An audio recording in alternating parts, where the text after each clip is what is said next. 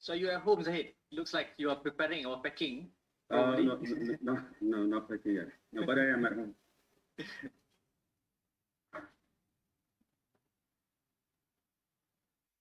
Are you all working from home in the ministry, or? No, it's one on a sort of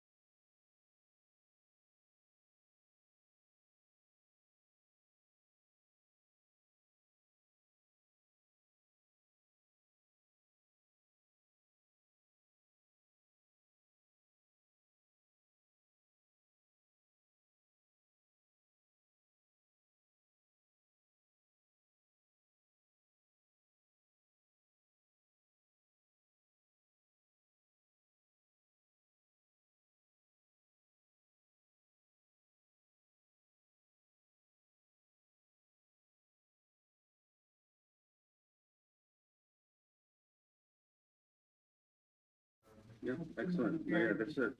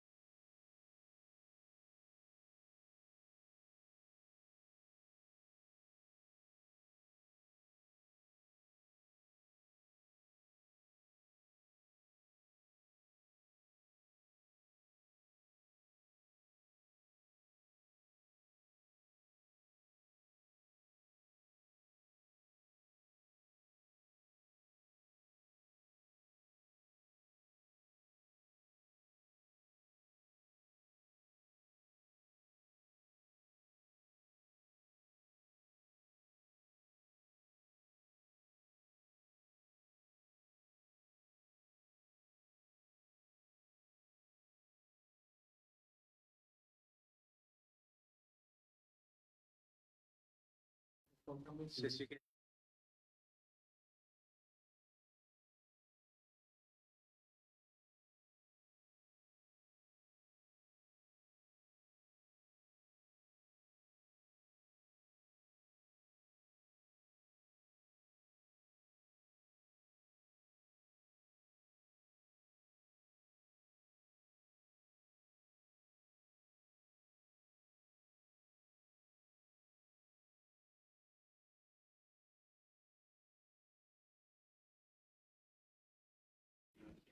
Okay, well, if this is all this, I'll take the manager. Okay. Just open your presentation. Okay.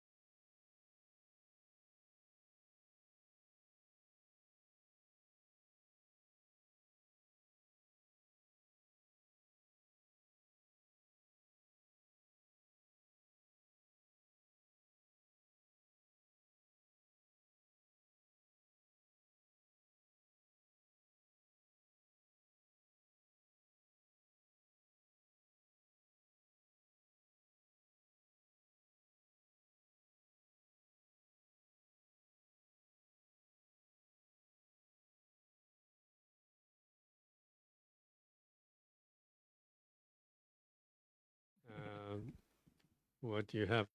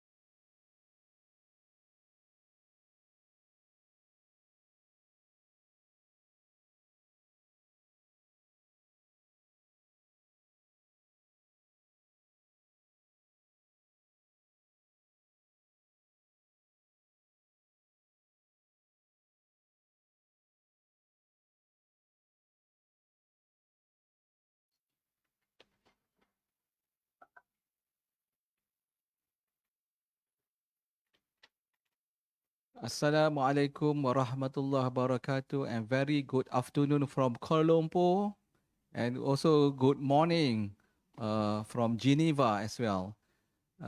Ladies and gentlemen, we are indeed happy today to have an event this afternoon in Kuala Lumpur on the role of civil societies and faith-based organizations in global nuclear disarmament. On 30th September 2020, Malaysia signed the instrument to ratify the 2017 Treaty on the Prohibition of Nuclear Weapons, or TPNW, as the 46th state party to the treaty. Following the 50th ratification by Honduras on 24th October 2020, the treaty will enter into force on 22nd January 2021. TPNW is the first globally applicable multilateral agreement to address the humanitarian consequences of nuclear weapons, use and testing on the people and the environment. It not only prohibits state parties from using and threatening to use nuclear weapons, but also from developing, testing, acquiring, and including others to do the same. It further requires state parties to individually or jointly provide assistance to victims affected by the use or testing of nuclear weapons, including with the assistance of the Red Cross and Red Crescent movement that comprise the International Committee of the Red Cross, ICRC, International Federation of the Red Cross and Red Crescent Societies, IFRC, and National Red Cross and Red Crescent Societies, such as the Malaysian Red Crescent, MRCS. Malaysia has consistently played a prominent role in the call for nuclear disarmament worldwide, as evidenced by its contribution leading up and during negotiations on the TPNW. Notably, Malaysia's pioneering initiative to reframe the global nuclear disarmament debates based on the humanitarian consequence of nuclear weapons, use and testing has greatly contributed to the negotiations and adoption of the TPNW. Malaysia is also consistently engaged with the 1968 Treaty on the Non-Proliferation of Nuclear Weapons, NPT regime, having chaired the third session of the NPT Preparatory Committee in 2019. In 2021, Malaysia will chair Main Committee 1 at the NPT Review Conference.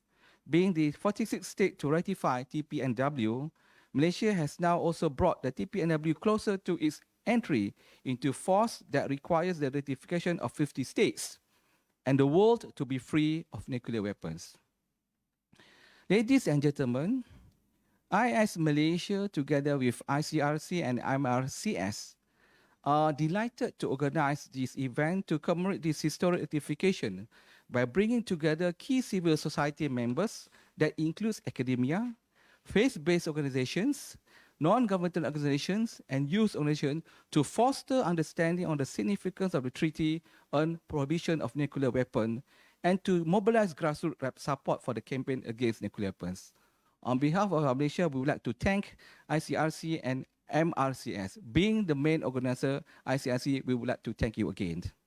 So there will be RTD later. We'll be starting with the welcoming and opening remarks, followed by a video presentation, a keynote address, and later the RTD on this role of the civil societies and faith-based organization in global nuclear disarmament.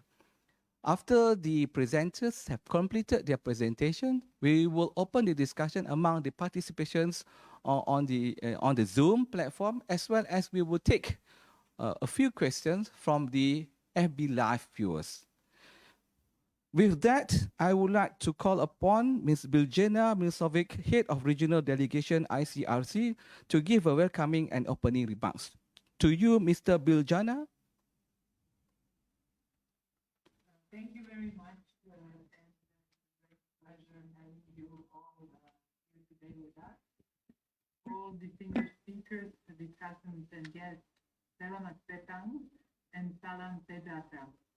Thank you for joining us for this online roundtable on the role of civil societies and faith-based organizations in global nuclear disarmament.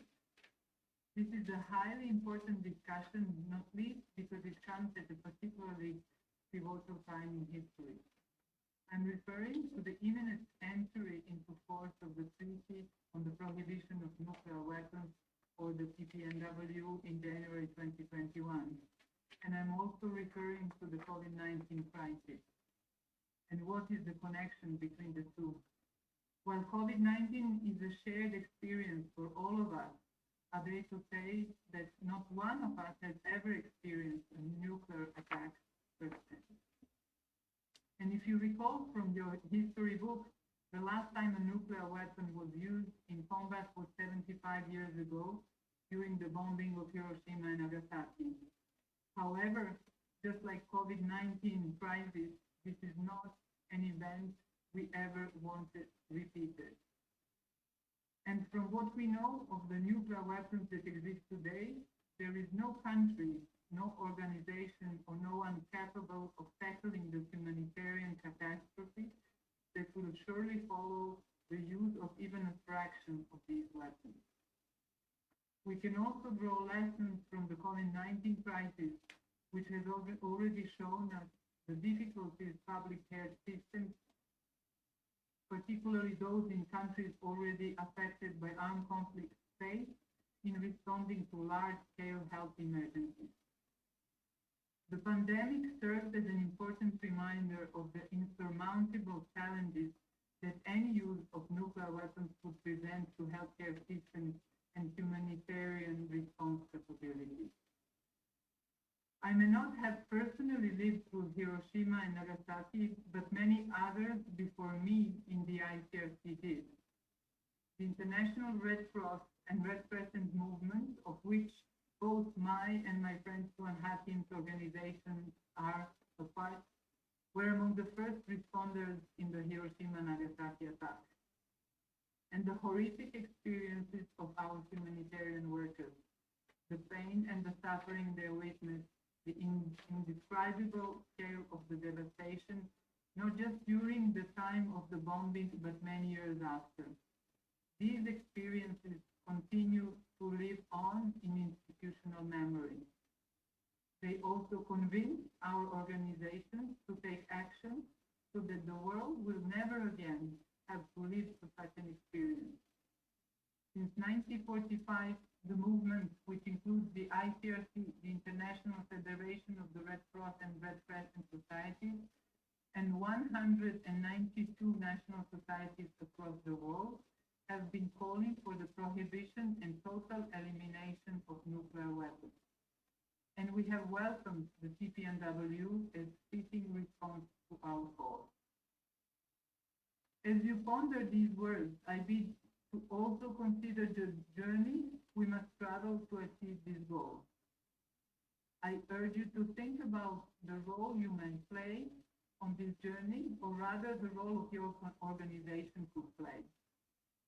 I call on you to consider the findings of the Millennium on War survey by Ipsos that we released earlier this year. That nearly 7 in 10 Malaysian millennials think they will likely be personally affected by conflict in the future.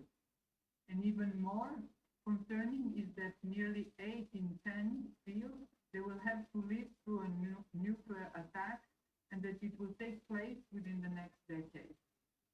Coming from those living in the country as peaceful as Malaysia is, one has to ask, why are Malaysian youth so worried about war? And more importantly, what are we doing to make this change and to allay their fears? As the third sector in our societal structure distinct from the government, from the businesses, civil society and faith-based organizations like yours play a crucial role in guiding the decisions we make that impact the environment in which we live. Your leaders are capable of influencing thought and mobilizing action, both among those who share your views and those who don't, on scales no other actor could rival. In your hands lie a power and a responsibility that could decide the future. My future, your future, and the future of our children. It is for this reason that civil society has played such a central role in the issue of global nuclear disarmament. This is also true in Malaysia, as I'm certain you will hear from Mr. Zahid from Ministry of Foreign Affairs and others later. With the support of the civil society, faith leaders, academia, youth groups, international organizations and other stakeholders, Malaysia has made significant contributions to the global nuclear disarmament agenda. Importantly, this unwavering support was also a major factor in Malaysia's ratification of the CPNW on 30th September of 2020. Thanks to Malaysia's action and other states among the first 50 to ratify the treaty, it will enter into force in just over 2 months. We know that the CPNW in itself will not rid the world entirely of nuclear weapons, but it is a game changer. It complements the current legal regime established through other related treaties and contains distinctive and specific obligations for state parties with the clear goal of eliminating nuclear weapons altogether. The CPNW is also a beacon of hope. It shows us that progress is possible and that we can, if we act in concert, overcome even our biggest and most entrenched challenges. This is how the world will see itself through the COVID-19 crisis, and this is how we hope to achieve what we set out to do 75 years ago, to rid the world of nuclear weapons. With these words, ladies and gentlemen, I hope I have adequately laid the foundation for today's roundtable. I'm confident that with the active participation of all those in attendance, we can look forward to a productive discussion ahead. Sekian dan terima kasih. Okay, terima kasih. Thank you very much, Miss Biljana. Okay. So before we proceed with the keynote address, we will be having a video presentation on what is we nuke a city. Let us watch the video now.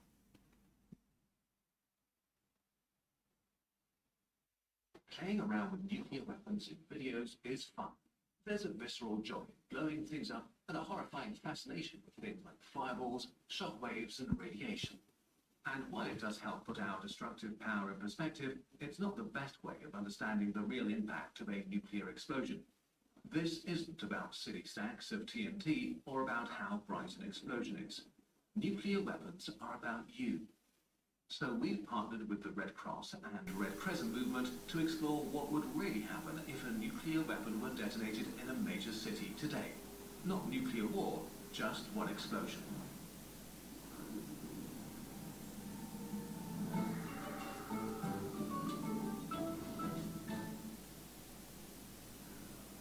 We begin our story in the middle of downtown in a major city. People are going to work, studying for exams, are lost in their thoughts and daily lives. Right here, a nuclear weapon is detonated and time freezes. The first phase of the explosion happens within less than a second. In a millisecond, a ball of plasma hotter than the sun appears and grows in a fireball to more than 2 kilometers across. Within this ball, everyone is just gone. Think of water dripped onto a very hot pan. A sizzle, and then there's nothing.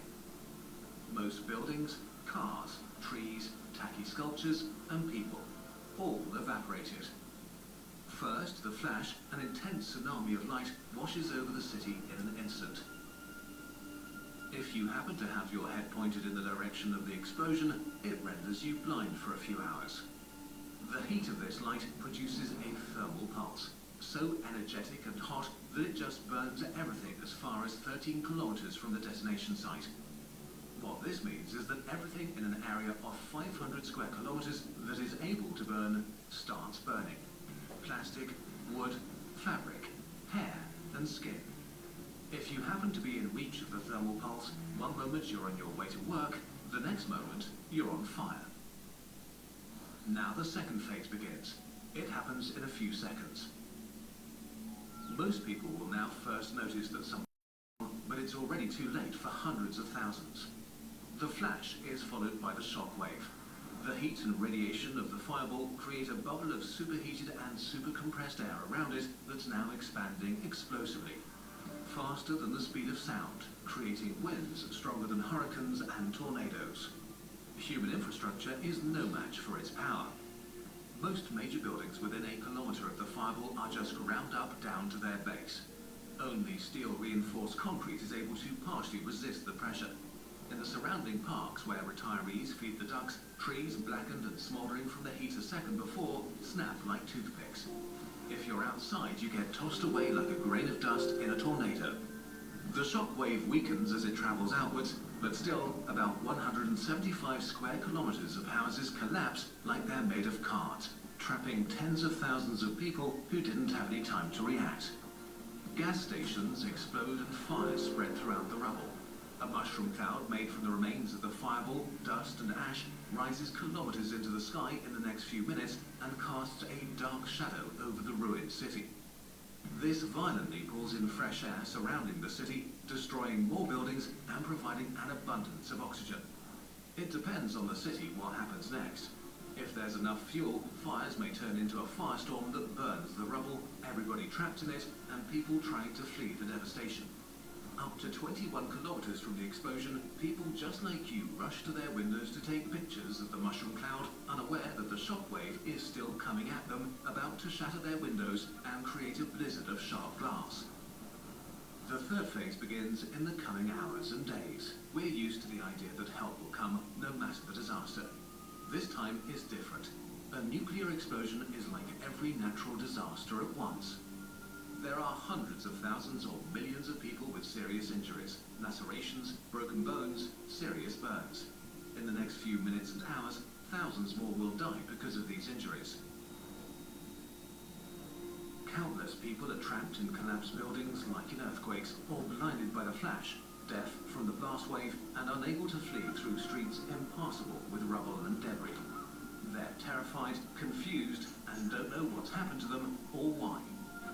Most likely, many hospitals have been leveled along with all the other buildings, and most medical professionals are either dead or injured along with everyone else.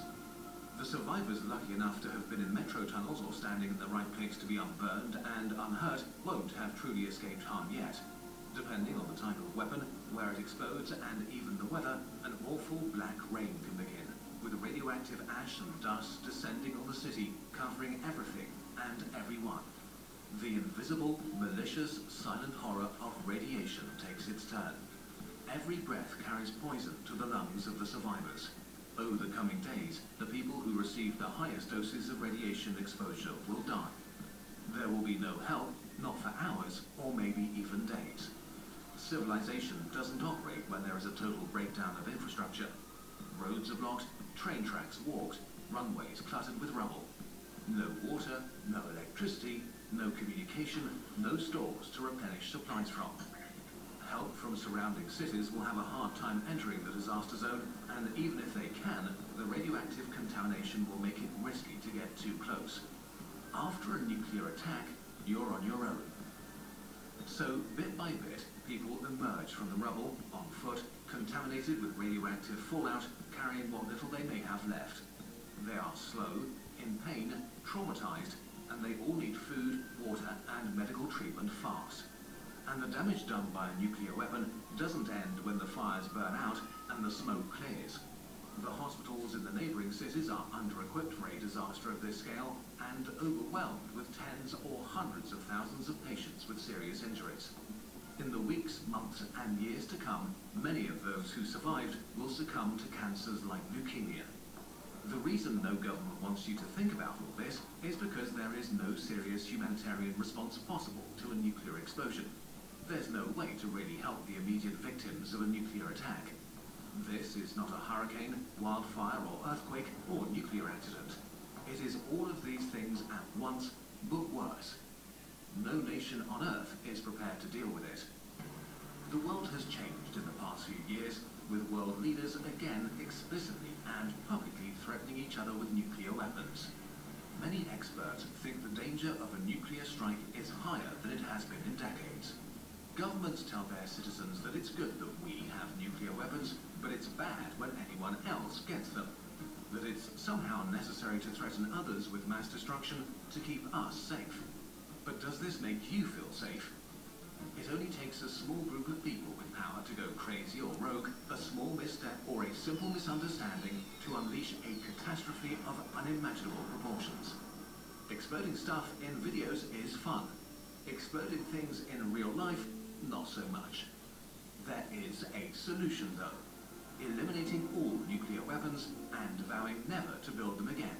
In 2017, almost 2/3 of all the world's countries, supported by hundreds of civil society organizations and the International Red Cross and Red Crescent movement, agreed to prohibit and eliminate nuclear weapons. It's not about who has nuclear weapons and who doesn't. The weapons themselves are the problem. They are deeply immoral and an existential threat to all of us. No matter what country you come from, no matter what political side you find yourself on, we need to demand that they disappear forever. This will not happen without pressure. If you want to be part of this pressure, there are things you personally can do too. Visit notonukes.org to learn more about nuclear weapons and what you can do about them.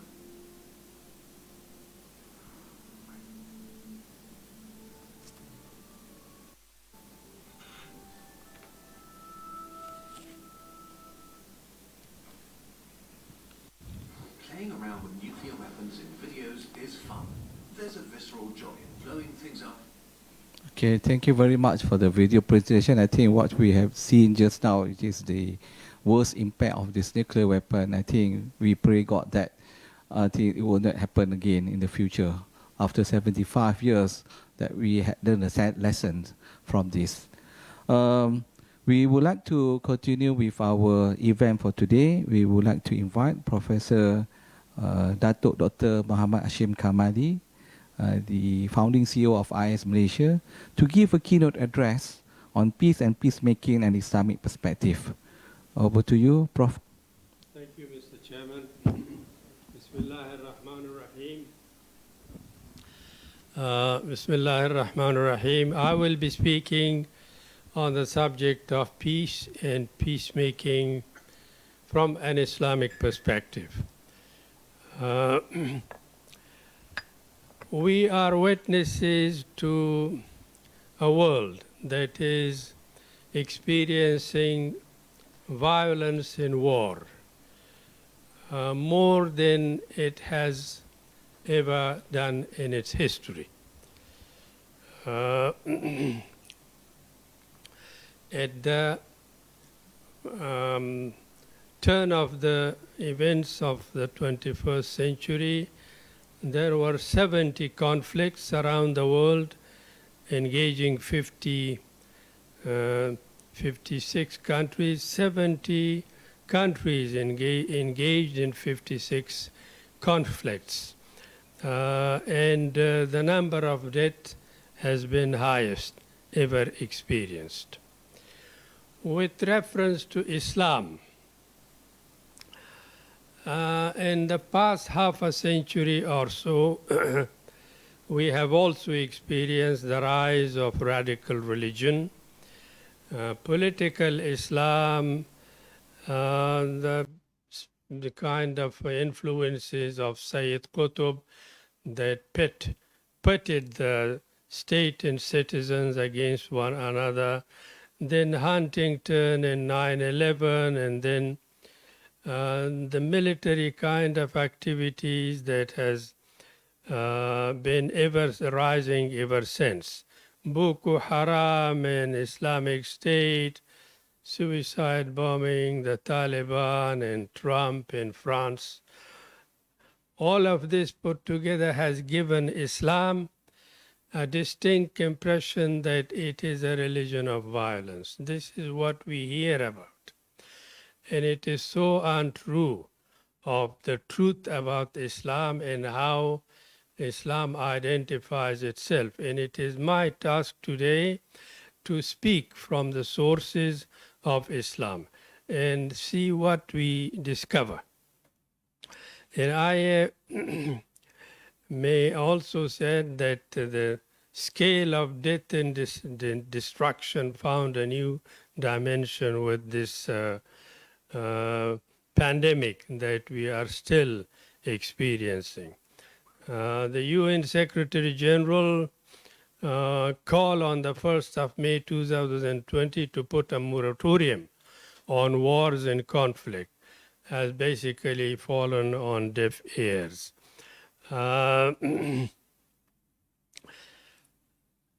Islam's close identity with peace starts with its name.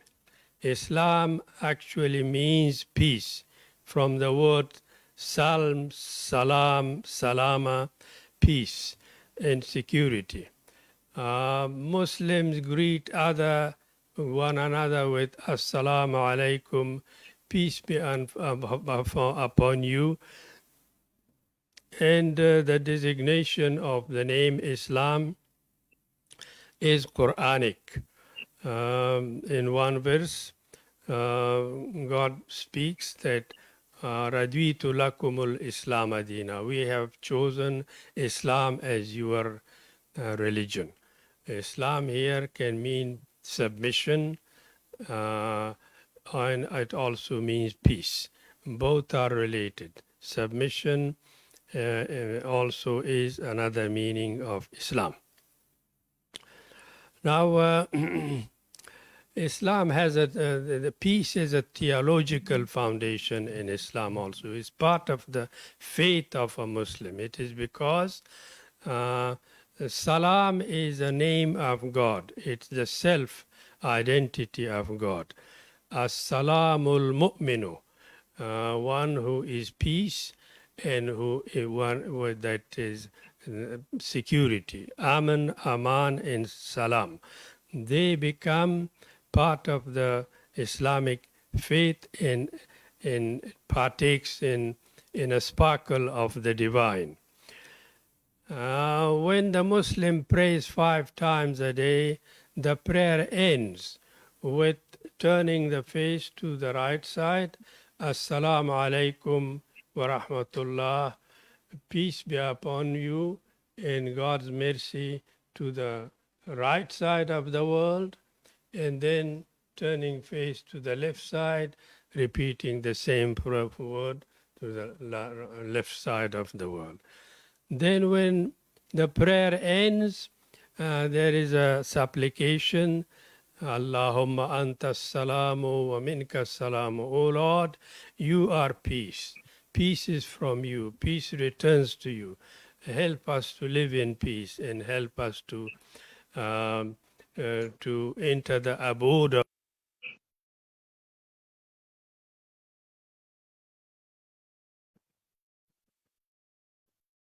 begins with the inner personality and thought of the believer. In a verse in the Quran, هو الذي أنزل السكينة في قلوب المؤمنين. God puts peace and tranquility in the hearts and minds of the believer. لِيَزْدَادُوا إِيمَانًا مَعَ إِيمَانِهِمْ. So that their faith becomes firmer and firmer. So there is a connection between peace and is increase in one's faith in Iman. The one, in other words, cannot really take place without the other. In a state of conflict, there is too much turmoil to speak of these terms. Then there are many other principles in Islam that substantiates this identity. One is the principle of oneness or tawheed, oneness of being, oneness of the Creator, oneness of humanity. All are the addressees of the Islamic message. The same ethic, all follow the same ethical norms and the same values, and look toward the same future of unity and solidarity, self-sacrifice and justice. This is the prospect that is envisaged also by the principle of Khilafah another Quranic principle of istikhlaf fil ard, that humankind has been appointed as the vicegerents of God in the earth, to build with the assignment to build a world that is peaceful and just. This is the assignment of istikhlaf or khilafah for humankind. Another Quranic principle, which is an overarching principle of Islam, is compassion or rahmah. It occurs 360 times in the Quran. Each of the chapters, 114 chapters of the Quran, begins with this phrase, Ar-Rahman, Ar-Rahim, the compassionate, the merciful. These are God's own illustrious names. But every chapter begins with this. And then in the Quran we read in Surah 7, verse 156, وَرَحْمَتِي وَسِعَتْ كُلَّ شَيْءٍ. In my compassion encompasses all things. Another address in the Quran, and the address is to all humanity, to cooperate in good work, in piety, and do not cooperate in hostility, in sin. Then peacemaking in the Quran also inquire peaceful encounter, peaceable encounter with the rest of society. And here, again, we read in a Quranic verse that good and evil are never the same. So you do not respond to evil with another evil. No, reply with what is better. And then you may find that even with the one you may have had enmity might become an intimate friend. Then in another verse, إِنَّمَا الْمُؤْمِنُونَ إِخْوَةٌ فَاصْلِحُوا بَيْنَ أَخَوَيْكُمْ. The believers are brethren, so bring peace among your brethren, as if the fraternity, the test of fraternity is that you bring peace among yourselves. And in another Quranic verse, عَسَى اللَّهُ أَنْ يَجْعَلَ بَيْنَكُمْ وَبَيْنَ الَّذِي عَادَيْتُم مِّنْهُ مَوَدَّةً. It may be that God will bring peace and friendship between you and those you may have considered as enemies, if you will show the side of peace to the outside world. And then again, Islam is very emphatic on the value of patience and sabr. This is self-restraint against aggressive encounter by the others. But for those who exercise patience, in the Quran there is the promise that God will reward them without measure, beyond measure. And in another place that they will be given in reward the highest place in the heavens for those who exercise patience and avoid being responding with hostility against provocations. And again in the Quran, in Surah 16, Ayah 10, إِنَّ اللَّهَ يَأْمُرُ بِالْعَدْلِ وَالْإِحْسَانِ. Allah command justice in the doing of good, that you be good to other people. And with regard to the relationship between Muslims and non-Muslims, in the Quran, we read that with regard to those who have not been oppressive to you, nor have evicted you from your homes, you should be just and kind to them. This is also the principle that governed Muslim in non-Muslim relations. In the saying of the Prophet Muhammad, peace be upon him, there is supportive evidence in many of his sayings. On one occasion, he came to his companions. He said, "Should I tell you about something that is more valuable than prayer and fasting and the pilgrimage of Hajj?" And the companion were eagerly listening, and he said, "To bring peace between the two conflicting parties. Islah Zatul Bain." This is the highest act of merit that any Muslim can commit. In another hadith, that people are God's children, and the most beloved to God is the one who is most beneficial to them. الناس عيال الله أحبهم إلى الله أنفعهم لعياله.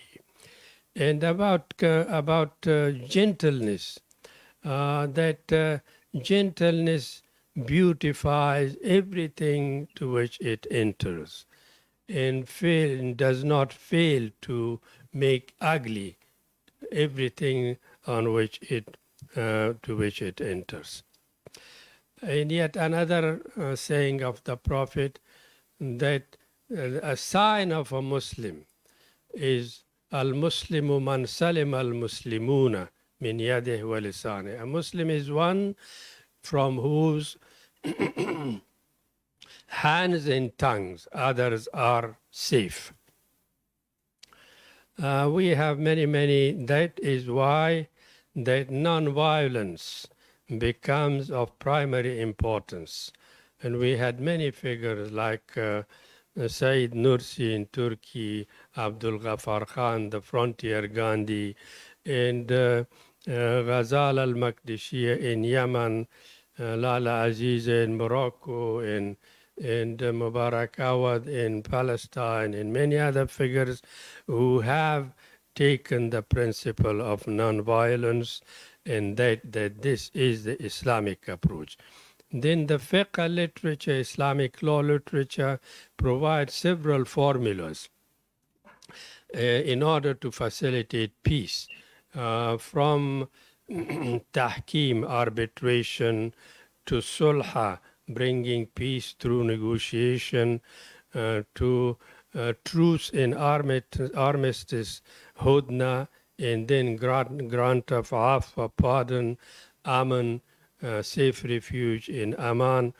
These are all regulated by legal literature, and these are avenues that are recognized for bringing peace and removal of conflict among people in society. Now, from the viewpoint of the maqasid of Sharia, the higher objective of the Sharia that Muslim scholars have identified to be 5 or 6 in the first place. These are the universal principles that the whole of the Sharia prioritize and protect. These are the protection of faith, protection of life, protection of the intellect, property, and the generation, the family. These are the higher purposes of Islam in the Sharia. In other words, that they must be protected at all costs. Anything that any threat to them, whether real or potential, is therefore un-Islamic. And since nuclear weapon is a permanent threat to human life, and it is prejudicial and destructive of the sanctity of life. They violate the sanctity of life. Therefore, it is forbidden. It is unacceptable from the viewpoint of Islam in the maqasid. Each of these, if I may itemize, the protection of life. So long as there is nuclear stockpiling and the possibility of war exists, whether by design or by accident. And it is also wasteful to have nuclear weapons. For developing it, then producing it, and then upkeeping it. All of it is waste of resources. If that amount of money is spent on human welfare, it will make a big difference. And then it is destructive of the family and generation of the whole humanity, in fact. And it violates religion because the source of all of it is greed, selfishness, and the desire to dominate, and all of these violate the advice of religion. We must not allow these negative sentiments to dominate our conduct and our behavior, go to the extent to stockpile nuclear weapons that kill the whole humanity 1,000 times over. What kind of the essence of compassion, the essence of cooperation? Is this what you do to your own humankind? And yet, the realities of human life is such that all great religions have in principle permitted war in self-defense. If the opponent is resorting to war in violence, we are entitled to use the same in self-defense. And but all religions forbid aggression, and all of them also agree that war in conflict gains nothing. No one gains from it. There are also Islamic legal maxims, like La darara wa la durar fil Islam. It is also a hadith of the Prophet that harm may not be inflicted nor reciprocated in the name of Islam. And nuclear weapons is a source of harm and destruction. And as zararu yuzal, if the harm has come into existence, then it must be eliminated. In another legal maxim, الضرر لا يكون قديما, that harm cannot continue. It cannot continue just because it has existed in the past. Existence of a source of harm in the past does not justify its continued existence. And the nuclear weapons that we have must be, in other words, eliminated. And then in another legal maxim, dar'ul mafasid awla min jalbil manafi, that preventing the harm, it takes priority over the attraction of benefit. If there is some marginal benefit, that does not justify getting rid of it. Then for also the personality of the Muslims and other human beings, that tama'anina, that tranquility that all religion requires for people, that is disturbed because a state of tension prevails all around us, with the nuclear weapon occupying the prospect and the reality of our lives.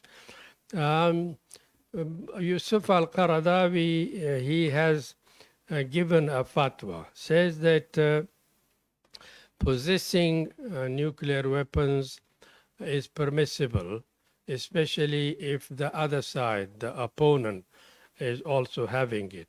But employing it and using it is forbidden.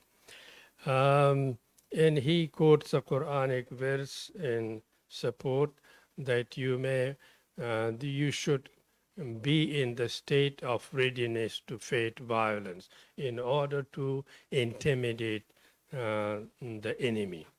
وَأَعَدُّوا لَهُمْ مَا اسْتَطَعْتُمْ مِنْ قُوَّةٍ وَمِنْ رِبَاطِ الْخَيْلِ. Wahba al-Zuhaili has given similar fatwa. It says that mu'amala bil misl is permissible, that reciprocal treatment. If your enemy is having nuclear weapons, you may have it, but it is not, it is unlawful to use it. But the Shia scholars, Ayatollah Khamenei, the supreme leader, he has given in fatwa in 2003, saying that the production, in use, and ownership of nuclear weapons are all harmful or all forbidden.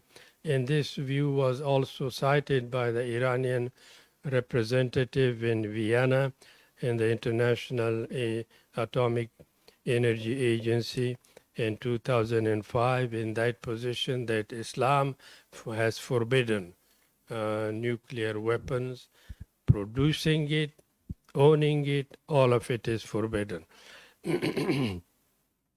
And given the strong support that comes from the sources of Islam, we may propose that there should be Muslims should spearhead the cause of peace.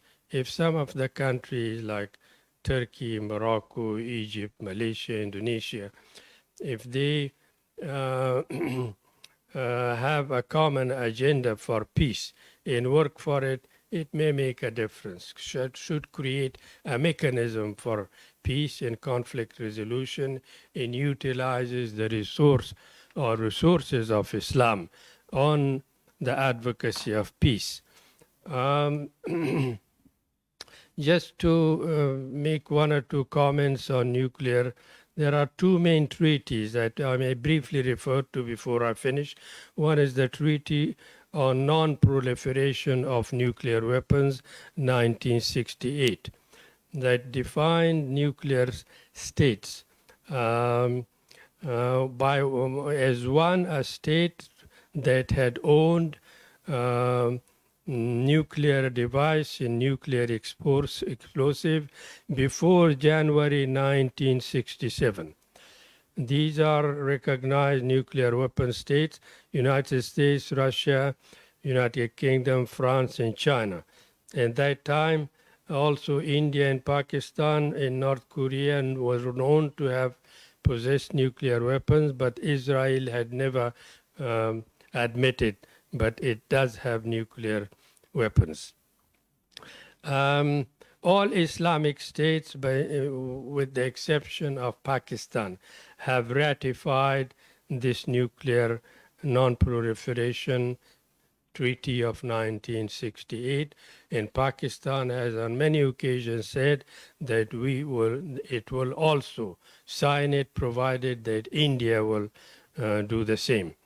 Then there is another outstanding treaty on the prohibition of nuclear weapon, 2017. For the first time, legally, it is made it binding that the prohibition, it's a treaty to prohibit nuclear weapons and finally to eliminate it.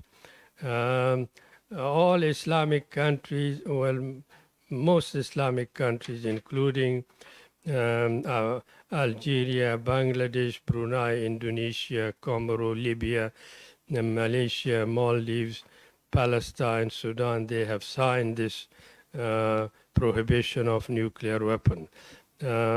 For nuclear weapon states that wish to join this treaty, the total prohibition, it also has a framework, a time-bound framework that would eventually eliminate all nuclear weapons.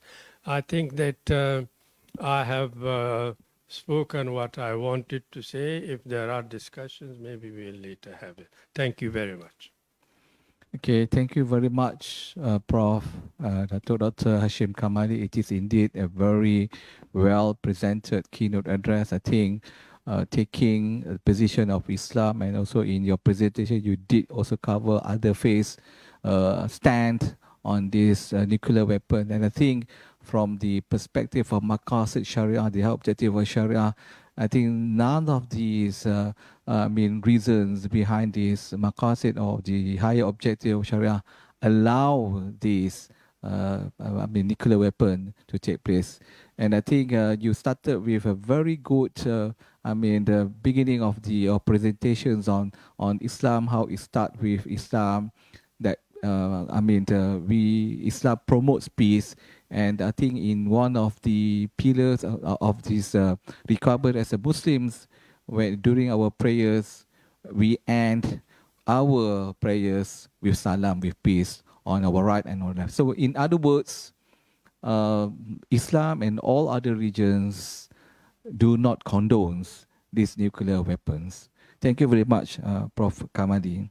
Okay, we will continue with the roundtable discussion, and I would like to invite all the presenters to join us. Okay.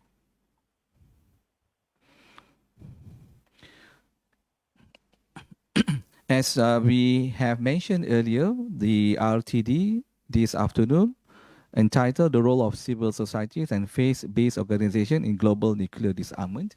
And we have presenters from Magnus Lovold of the Policy Advisor, International Committee of the Red Cross, ICRC, based in Geneva. He will be discussing on the nuclear weapons, its threats, and the significance of TPNW. Followed by Mr. Hakim Hamzah, Secretary General of Malaysian Red Crescent Society, PBSM, where he will be sharing on the humanitarian impact of nuclear weapons. Mr. Zahid Rastam, the Principal Assistant Secretary, Non-Proliferation and Disarmament, Multilateral Security Division, MSD, Ministry of Foreign Affairs, will be sharing us on Malaysia's plan towards global nuclear disarmament.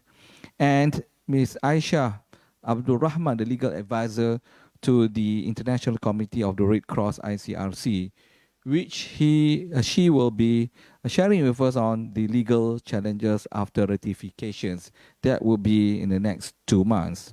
And we also will be having a discussant, Joanne Foo, Head of the Communication and Corporate Affairs of Soka Gakkai, will be having the discussion, as well as Tuan Haji Azmi Abdul Hamid, the President of the Malaysian Consultative Council of Islamic Organization, MAPIM, that will share the discussion. So I would like to start with Mr. Magnus Lovold. Mr. Magnus, over to you.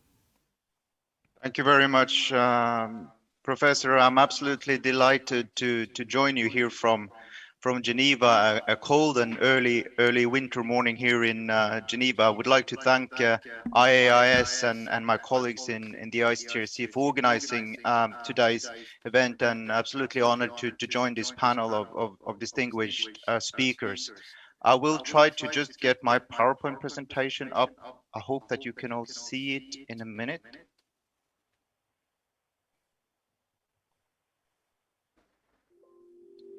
Let's see. Okay. I hope that you are all able to see Yes. these slides that I'm presenting. Wonderful. Thank you. I will give a brief presentation, as you mentioned, on the threat of nuclear weapons and the significance of the Treaty on the Prohibition of Nuclear Weapons. We'll speak for about 15 minutes. I'm very interested in hearing what the other panelists have to say, and of course also afterwards take any questions and comments from those in the audience. I was thinking of starting to tell a bit of a story based on actual events. On the 6th of August, 75 years ago, at exactly 8:15 in the morning, an entirely new weapon exploded over the Japanese city of Hiroshima.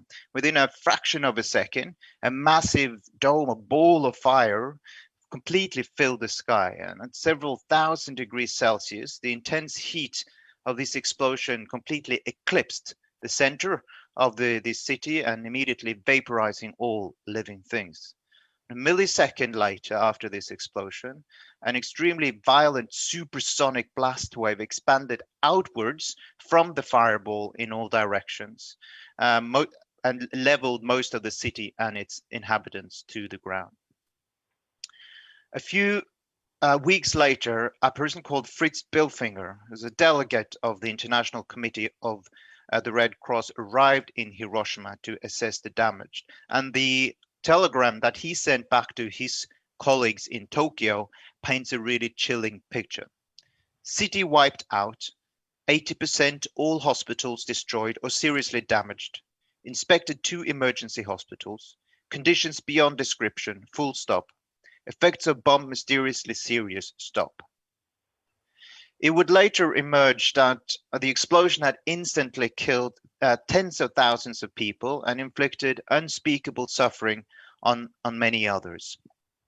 3 days after the bombing of Hiroshima, on 9th of August 1945, this new weapon would again unleash its terrifying power, this time to kill and injure about 60% of the population of Nagasaki, another Japanese city.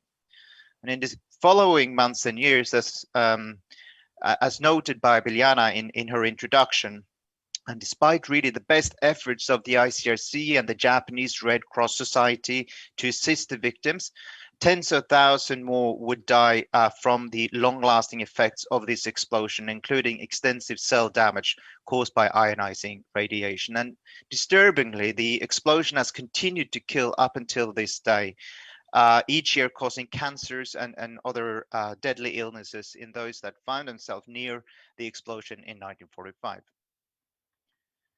The bombs that exploded in the early days of August 1945 were uniquely horrific and absolutely terrifying weapons of war. The unspeakable suffering and devastation that was witnessed in Hiroshima and Nagasaki led the ICRC to conclude almost immediately that these weapons, like other inhumane weapons, must never be used again and completely prohibited under international law. And in 1948, the entire International Red Cross and Red Crescent movement called for states to prohibit absolutely all recourse to such weapons and to the use of atomic energy or any similar force for purposes of warfare. Now, in the following decades, unfortunately, states did not heed this call. Instead, we saw that the number of nuclear weapons continued to grow. And 75 years after the atomic bombing of Hiroshima and Nagasaki, there are still more than 13,000 nuclear weapons in the world, and thousands of these are on so-called hair trigger alert, meaning that they are ready to be launched at a moment's notice. We know that the use of even a fraction of these weapons would cause mass suffering and destruction over wide areas and on a really unimaginable scale. We know that even a limited use of nuclear weapons would have long-term, irreversible effects on human health, the environment, the climate, and food production. That is really on everything that life depends. This threatens future generations and the very survival of humanity. We also know that any use of nuclear weapons would generate a large-scale health emergency that we are really not equipped to deal with.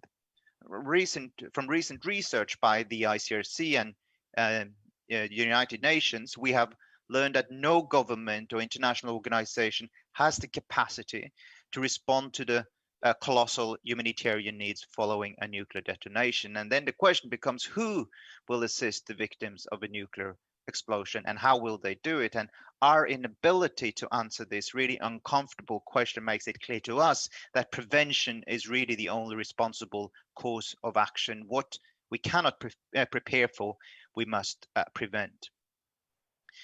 So we know that any use of nuclear weapons would cause a humanitarian and global health crisis of unimaginable proportions. And yet the risk that nuclear weapons may be used again is frighteningly high, and it is increasing. Today, we are seeing a really disturbing shift from a focus on non-use and elimination to making the use of nuclear weapons possible or more likely. States are intensifying their efforts to develop faster, more mobile, in their view, more precise and more usable nuclear weapons capable of striking a greater variety of targets. At the same time, nuclear weapons are given an increasingly prevalent or important role in the security policies and military doctrines of these states. We also see that the legal and policy framework that regulates nuclear weapons is partially breaking down. The UN Secretary General, who's on the screen here, has warned recently that the Cold War is back, but with a difference. The mechanisms and safeguards to manage the risk of escalation that existed in the past no longer seem to be present. These developments contribute, obviously, to a further deterioration of an already hostile international security environment. And from our perspective, the introduction of nuclear weapons into regional conflicts and global rivalries will render such conflicts more dangerous and increase the risk of a global conflagration in which much of humanity may suffer irreparably. So let's look at how we're going to get out of this. The first step from our perspective in our efforts to prevent the use of nuclear weapons is to recognize these weapons for what they really are. That is, weapons of war with unacceptable humanitarian consequences. And for us, this is a fundamental point. Last year, the president of the International Committee of the Red Cross, Peter Maurer, he said that prohibiting and eliminating weapons with catastrophic humanitarian consequences should not be controversial. The unspeakable human suffering and unimaginable destruction caused by the use of nuclear weapons is the strongest argument for the prohibition and elimination. Last year, the 75th anniversary of the Geneva Conventions, which is the foundational instruments of international humanitarian law, this anniversary provided a forceful reminder that even wars have limits. These limits include the IHL prohibitions on means and methods of warfare that have indiscriminate or disproportionate effects or are of a nature to cause excessive suffering. Under the principles of IHL, it is clear that military needs can never justify using inhumane or indiscriminate weapons or weapons that are otherwise abhorrent to the principles of humanity and the dictates of public conscience.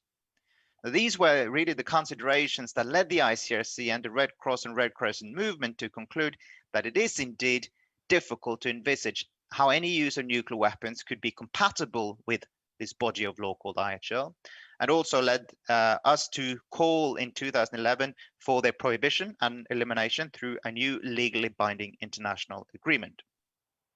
And throughout history, the international community has really taken decisive action to prohibit and eliminate weapons that have unacceptable humanitarian consequences. And in 2017, and as noted by some of the previous speakers, states responded to the evidence of the immense suffering of nuclear weapons by adopting the landmark Treaty on the Prohibition of Nuclear Weapons.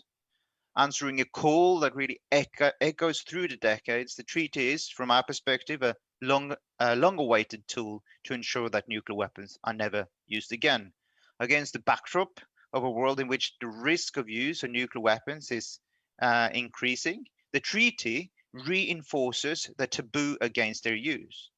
Against claims that a world without nuclear weapons cannot be achieved, the treaty presents a roadmap for the elimination of nuclear weapons. And against claims that nuclear weapons are essential for national security, the treaty outlines a vision of collective security, one that is more viable, sustainable, and humane. And after the 50th instrument of ratification to this treaty was deposited with the UN Secretary General in October, we now know that the TPNW will enter into force as a new norm of international humanitarian law on the 22nd of January 2021. The imminent entry into force of this treaty is truly a historic achievement. As we celebrate this moment, the entry into force of the TPNW, we must, however, not forget that prohibiting nuclear weapons is the beginning and not the end of our efforts. There are, as I've mentioned, still more than 13,000 nuclear weapons in the world, and this is the reality that we are up against. The TPNW articulates the end state and benchmark against which all our efforts towards nuclear disarmament and non-proliferation must now be judged. It offers a crucial promise to current and future generations that one day we will be freed of the dark shadow of nuclear weapons. So as we look forward now to the first meeting of states parties of this treaty, we must ensure that the treaty's provisions are faithfully implemented. We must also, and this is crucial, really intensify and scale up our efforts to achieve the treaty's broadest possible adherence. And finally, coming back to where we started, in all our efforts, we must strive to keep the testimonies of the Hibakusha, the survivors of the atomic bombings, and the evidence of the catastrophic humanitarian consequences at the very center of this debate. This treaty first became possible when the nuclear weapons debate shifted from focusing on the possessor of these weapons and their motives to the weapon itself and the profound humanitarian impact that these weapons have. And by maintaining this focus, we believe that we can take this treaty all the way to its end goal, which is a world without nuclear weapons. I will end there. I would like to thank you so very much for your attention. Looking forward to hearing what the other distinguished panelists have to say, and of course also happy to take any questions and comments in the Q&A afterward. Thank you very much. Thank you very much, Mr. Magnus, all the way from Geneva. And I think, the rest, the participants, please bear, your questions afterwards. After all the presenters completed their presentation, we will open that Q&A. We now continue with the second presenters, Mr. Hakim Hamzah, who will be discussing on the humanitarian impact of nuclear weapons. Over to you, Mr. Hakim. Thank you, Associate Professor Dr. Muhammad Azam, Muhammad Adil, our moderator. Let me see if I can share my screen.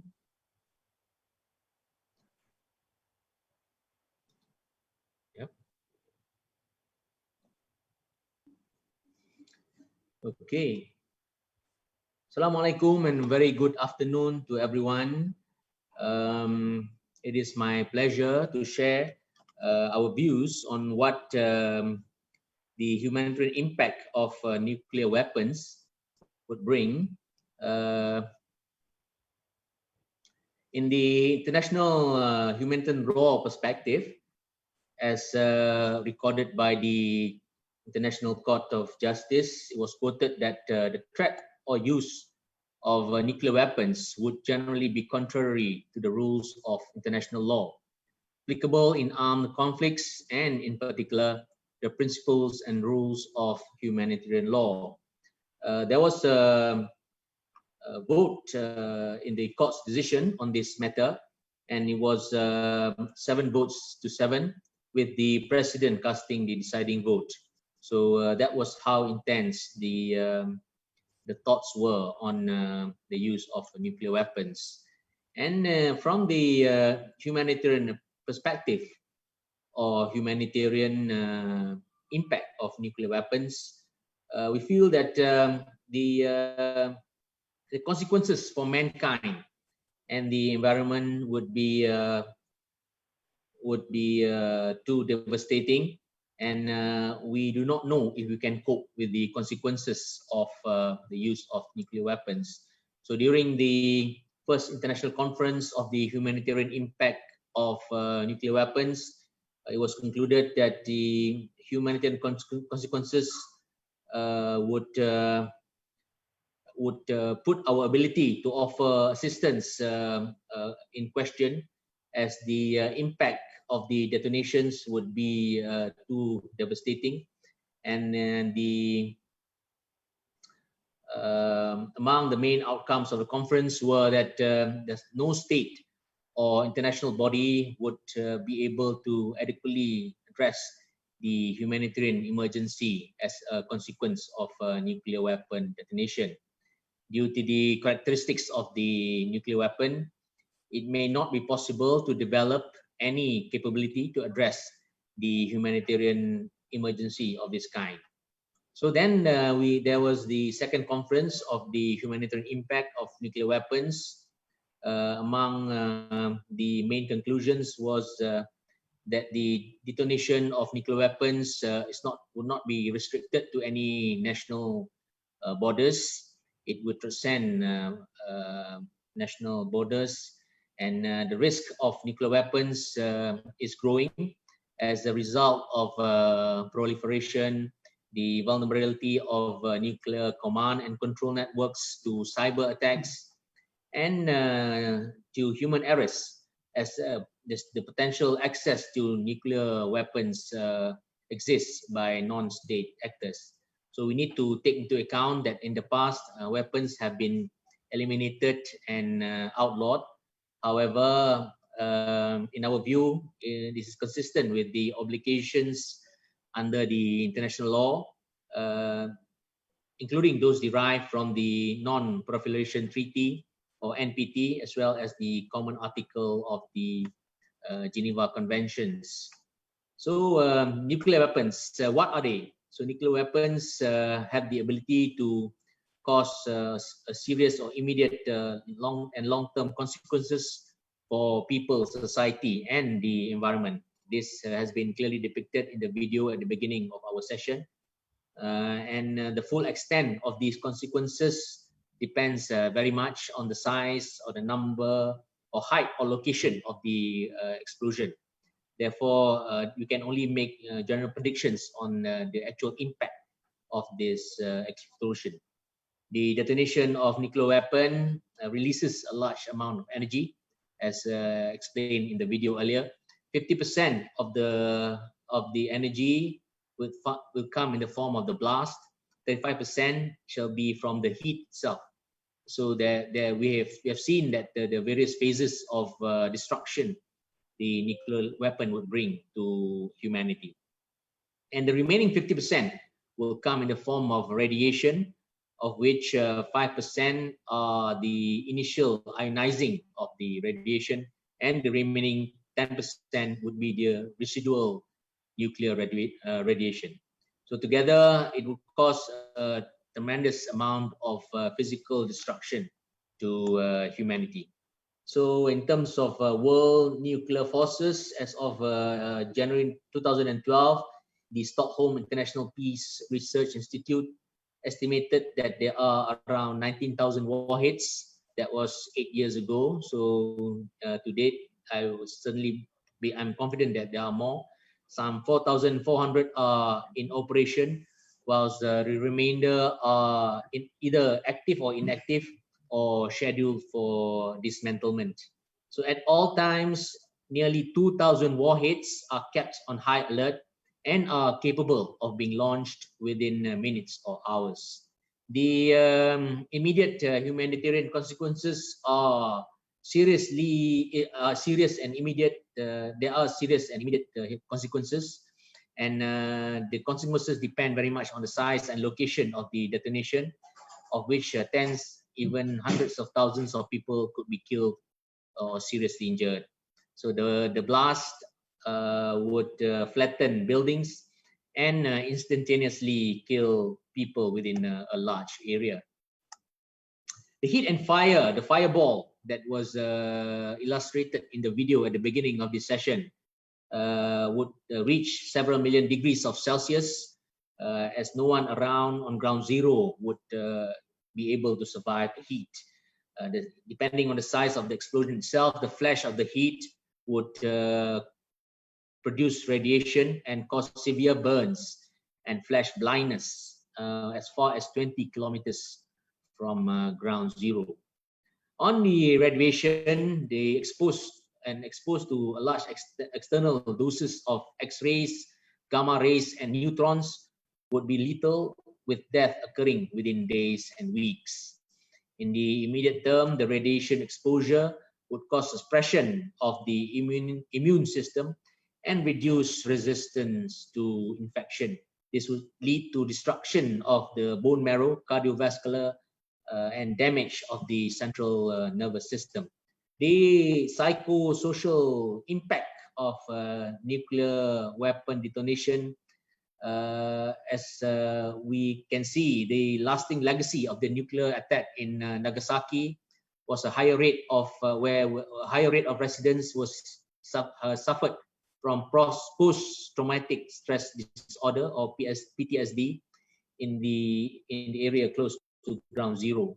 The damage to infrastructure, serious damage to critical infrastructure, would further worsen humanitarian consequences of nuclear weapon detonation. It's clear that those affected would not be able to leave hospitals ever in their life. Hospital buildings are also damaged and would be completely unusable, and damage to road system, electrical grid, communication networks, contamination of water supply would certainly take place. Medical personnel would be among the victims, and they are not only injured but not be able to return to work and assist those affected by the radiation. The long-term humanitarian consequences of the nuclear weapons, there would be a threat to food safety, as areas detonated by nuclear weapon would be jeopardized. Would not only jeopardize the local, but it would also jeopardize global food supply. Radioactive fallout would result in large areas of that would be unsuitable for food production for long periods of time, and the radioactive effect would not be just on one single country, but several countries, or may even be in the regions. Some countries need to import food from abroad. Therefore, this would result in the rise of global food prices, and the poor would certainly be the ones most affected. On economic destruction, it would be difficult to commence modern or commercial activities, as most infrastructure would be destroyed. The resumption of activities would be very slow and expensive. And as we can see today, after 34 years of the Chernobyl nuclear plant explosion in 1986, the affected areas are still experiencing a high level of poverty as compared to neighboring regions like Ukraine, Russia, and Belarus.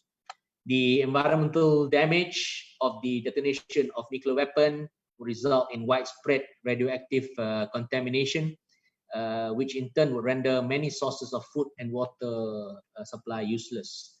In such a situation, any cleanup process would be very expensive, sometimes even not even feasible.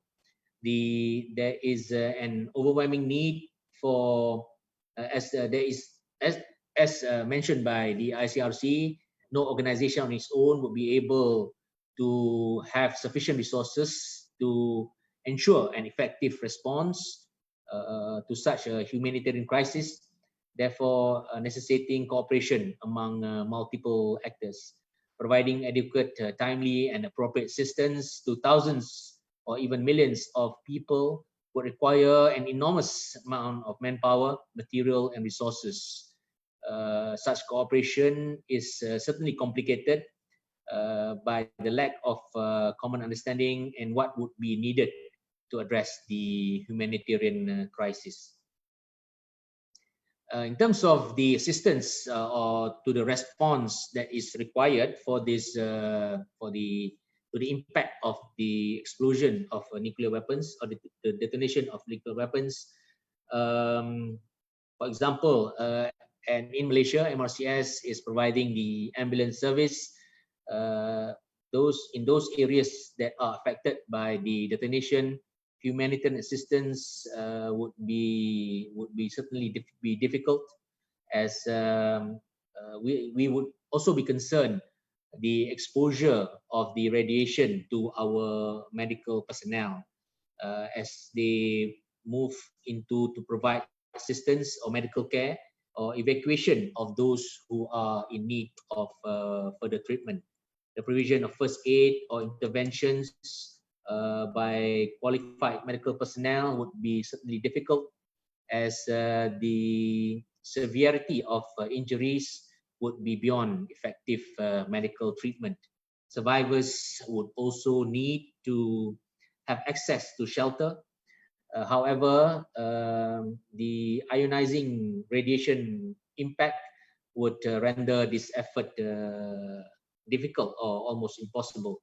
The additional capacities is required to provide humanitarian assistance. This would include the supply of uncontaminated water, food, shelter, and clothes. However, we also need to manage those who are fleeing from the area and those who may already be contaminated by the radiation.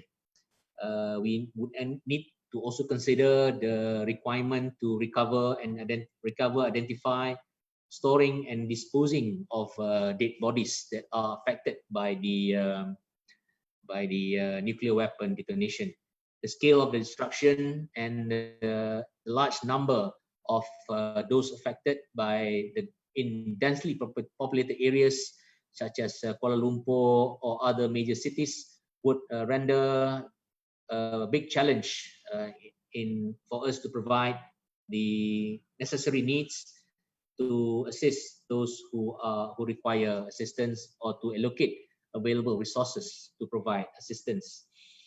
For example, in the operation of providing medical assistance, we would need to plan for the triage and the treatment of large numbers of severely injured victims, and the possible need for decontaminated and transfer interact.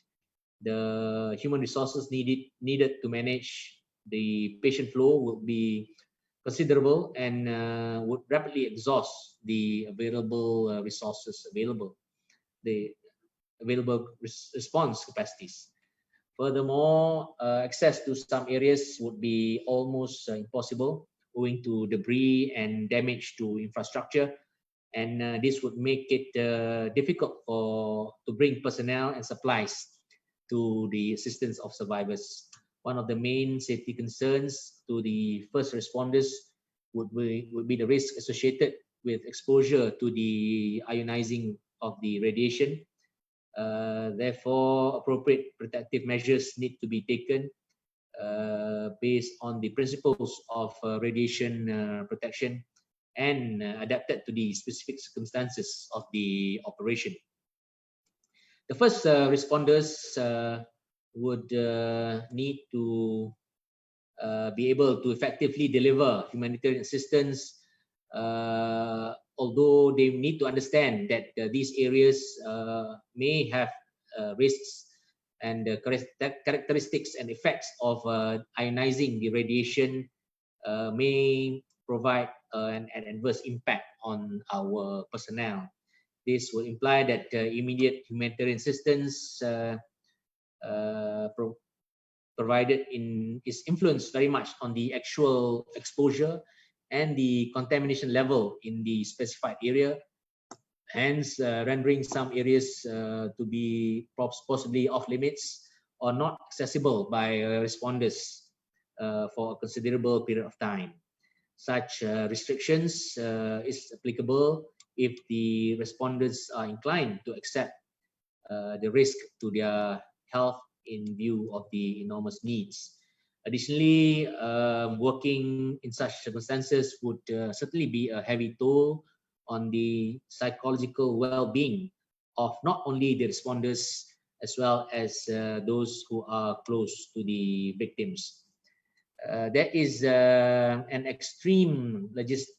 will be an extreme logistical challenges in order to provide the relevant assistance. Humanitarian organizations would need to be present on ground immediately after the detonation of the nuclear weapon. However, then dangerous radiation would preclude this, as these organizations may have to balance between the requirements of the humanitarian mission and the risk of exposing their own personnel.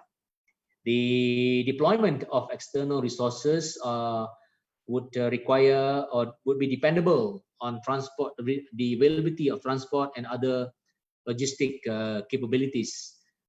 This would be forthcoming in the event of a nuclear weapon detonation, and which would be an open question.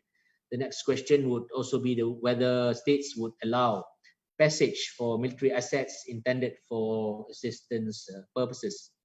The availability of personnel to provide humanitarian assistance due to the complexity and magnitude of this the explosion, the national emergency response capacities would certainly be overwhelmed, and there would need to be an effective collaboration amongst assistance providers. So to conclude, I have to say that if a nuclear weapon were to be detonated in Malaysia, it will be impossible for our first responders to provide the humanitarian assistance necessary. And this will be one of the main reasons as to why nuclear weapons should be banned altogether. It is also for this reason that as a Malaysian, I am very proud that Malaysia was the 46th country to ratify the treaty. With that, I thank you and am open to questions later. Thank you. Over to you. Thank you very much, Mr. Hakim Hamzah. You just talked about the humanitarian impact of nuclear weapons. So we reserve the questions. And now we would like to invite Zahid Rastam, who will be sharing with us on the Malaysians' plan towards global nuclear disarmament. Over to you, Mr. Zahid.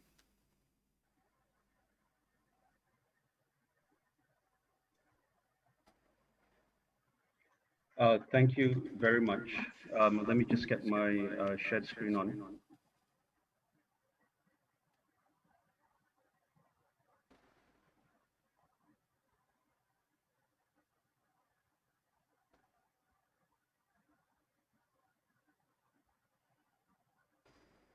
Are you able to see my shared screen?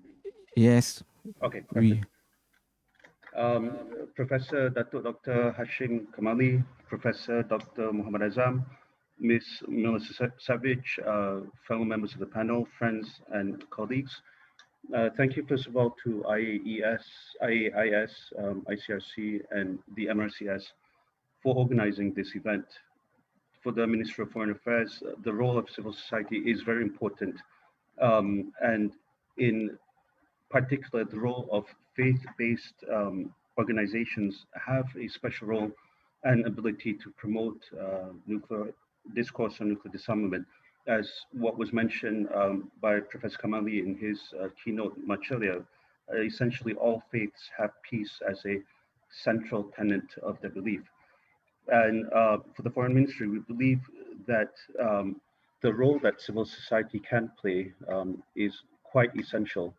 The role of nuclear weapons and the fact that they can have such a devastating potential for creating a catastrophic humanitarian consequences goes against, I believe, the whole concept and foundation of what peace is.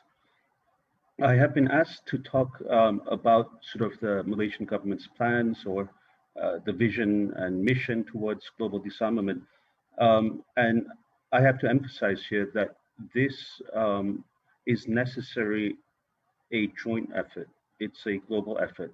It requires countries to work with various actors domestically and internationally. It means different parts of government working together with civil society. It means one state working with another at the international level or at the regional level. And it requires very much that there is a partnership between civil society and government, whether that is domestically based or domestically focused, or whether that has a larger international scope. And the reason why we say this is because nuclear weapons, they exist and they have become so indoctrinated into the systems of some of those countries that view nuclear weapons as being essential to their security or to the collective security of their allies or partners.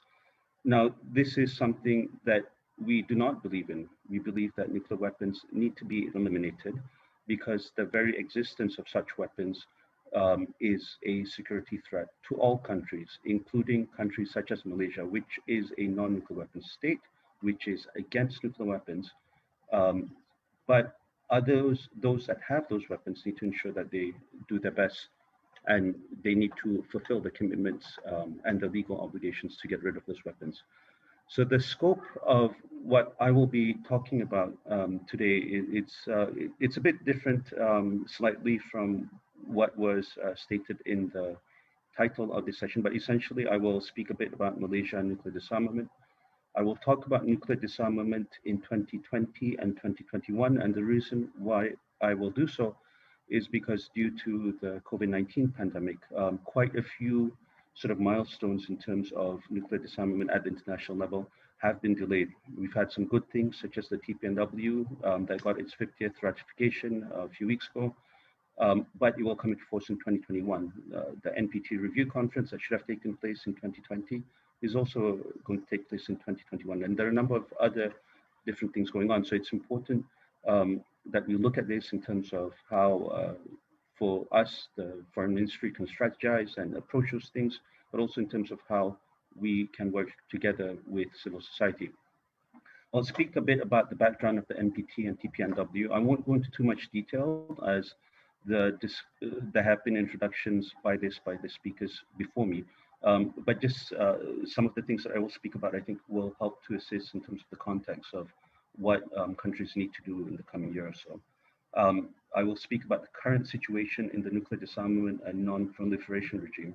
And this is, I think, essential to understand that there is this wider picture and efforts going on in terms of nuclear disarmament and how that impacts what countries are doing and how it impacts the behavior of certain states in terms of nuclear disarmament. And I will talk a bit about a few of the efforts undertaken by my foreign ministry and some proposals in terms of how we can move forward on that. Now, for Malaysia, we have always had a strong principal position on nuclear disarmament. Essentially, that is the total elimination of nuclear weapons. Now, we are party to a number of international instruments. We are party to the NPT. We are party to the Southeast Asia Nuclear Weapons Free Zone Treaty. We are party to the Comprehensive Test Ban Treaty. So although this treaty itself is technically not in force, but we are a state party to it. And then we are now a state party to the Treaty on the Prohibition of Nuclear Weapons, which will enter into force in January of next year. Just to highlight that one of the things that makes it easier for Malaysia to become party to these different instruments is that for a country like Malaysia, when we became party to the NPT, we had agreed to not acquire or possess any nuclear weapons. We agreed not to transfer, to control such weapons and so on. That's why we're non-nuclear weapon state. When we became party to the SHOMFES later on, SHOMFES also has various articles that prohibit things such as the developing, testing, manufacture, or otherwise acquire, possess. So similar sort of prohibitions within the NPT and the SHOMFES. And then you have the TPNW, which is, we would say, the more comprehensive one because it looks at the whole range of activities related to nuclear weapons and prohibits those activities. So it includes all those that I mentioned before: develop, test, manufacture, produce, acquire, but then also things such as transfer to another recipient, having control, receiving the transfer, use and threat of use, which is very significant because it puts on the international law that the use or threat of use is something that is illegal, assist, and so on. So for a country like Malaysia, our ratification of the TPNW is very much in line with the existing positions and principal positions that we have always had to nuclear disarmament. So legally for us, this is something that was essential and it reinforces our own commitments and obligations. But it is at the international level where I think this is significant in terms of what it creates for international law. Now, the next part in terms of nuclear disarmament in 2020 and 2021. In 2020, so the year that we are still currently on, we're all aware that it's been 75 years since atomic bombings of Hiroshima and Nagasaki, since the first use of such weapons, and we hope the only time and the last time they'd ever be used, 75 years of the United Nations. And the NPT itself, it reached its 50th anniversary of its entry into force in March of this year, and the 25th anniversary of its indefinite extension. As part of the work with regard to the to the 50th entry into force, Malaysia and a number of other countries had in fact back in May of this year initiated a joint communique that included countries such as Algeria, Austria, Brazil, Chile, Costa Rica, Ecuador, Egypt, Indonesia, Ireland, Malaysia itself, Mexico, Morocco, New Zealand, Nigeria, Philippines, South Africa, and Thailand. And basically, we commemorated the historic and landmark year of 2020 for the 50th anniversary of the NPT. and to emphasize the important need to progress to be made within the NPT context. And this was something that despite the various uh, sort of restrictions, especially in May of this year with regard to COVID, but this is something that our diplomats and negotiated with their colleagues in New York, and it was issued to commemorate the 50th anniversary of the NPT.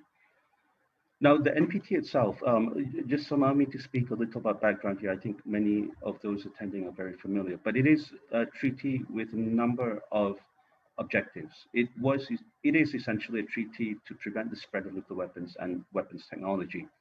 This is the sort of non-proliferation pillar of it.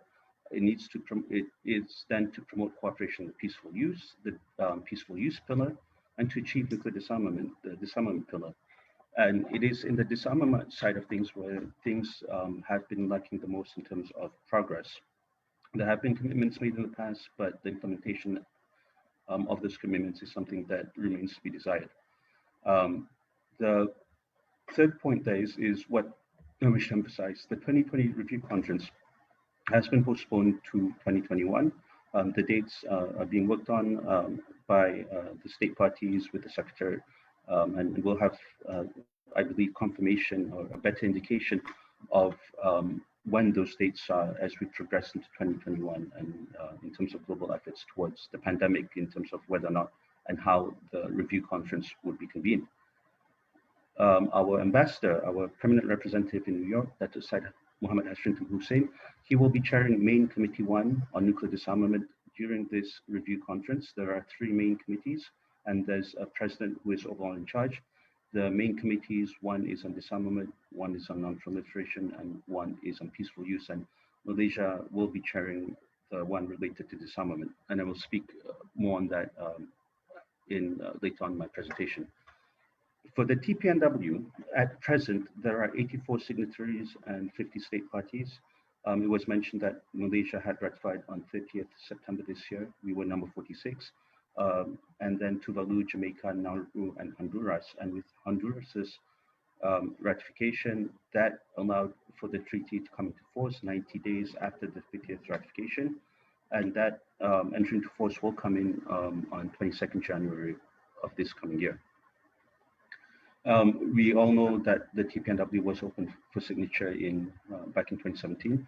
And for Malaysia, we had played a role in the negotiation of and processes leading to the treaty. The importance of the TPNW, as emphasized before, is that it seeks to prohibit the whole range of activities related to nuclear weapons.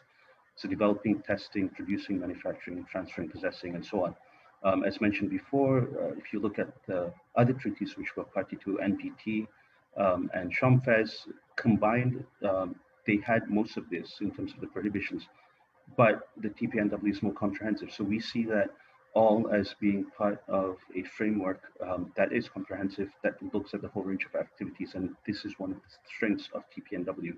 It does not leave anything out. State parties to the TPNW are also prohibited from assisting, encouraging, or inducing anyone to engage in any one of those activities. So that is another important prohibition. TPNW, state parties must also not allow nuclear weapons to be stationed or deployed on the territory. This is similar for Malaysia as what we have in SHAMFES. But it is the second point here, and I mentioned this before, on the prohibition on threatening the use of nuclear weapons is the first time in international law, in hard international law, that the threat of use is declared illegal. It was mentioned before with regard to the ICJ advisory opinion in 1996, but the use or the legality of the use or threat of use of nuclear weapons. And indeed, the ICJ did come up with a 7-7 decision, but in a sense, it was somewhat inconclusive about whether use or threat of use was totally illegal. It did say that depending on circumstances, if a country threatened, then perhaps it could use it and so on. But they were looking at it from perhaps a point of view related to the general threat of armed conflict and the use of threat in armed conflict, and not so much from the humanitarian consequence perspective related to the use of nuclear weapons.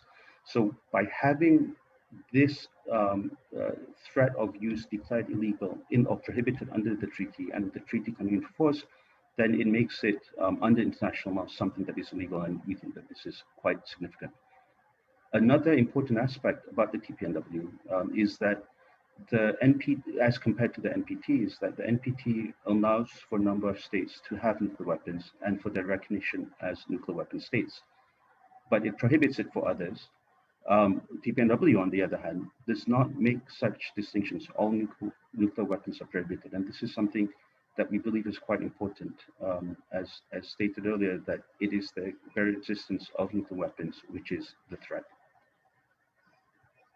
Now, the current situation in the nuclear disarmament and non-proliferation regime, I think it was mentioned by the other speakers before me, but let me just add to the voice in terms of how it is important for us to look at this, and more so from the point of view of the foreign ministry. We look at it from a perspective of government actions, government discussions, and being able to strategize and decide in terms of how we want to move forward on this.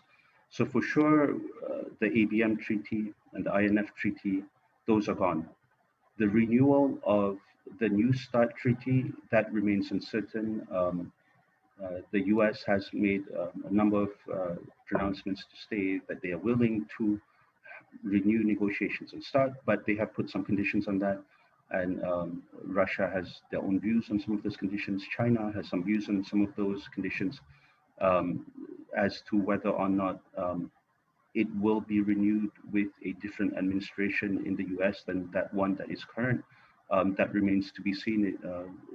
You know, whether there is a significant change in that position, because there hasn't been any formal pronouncements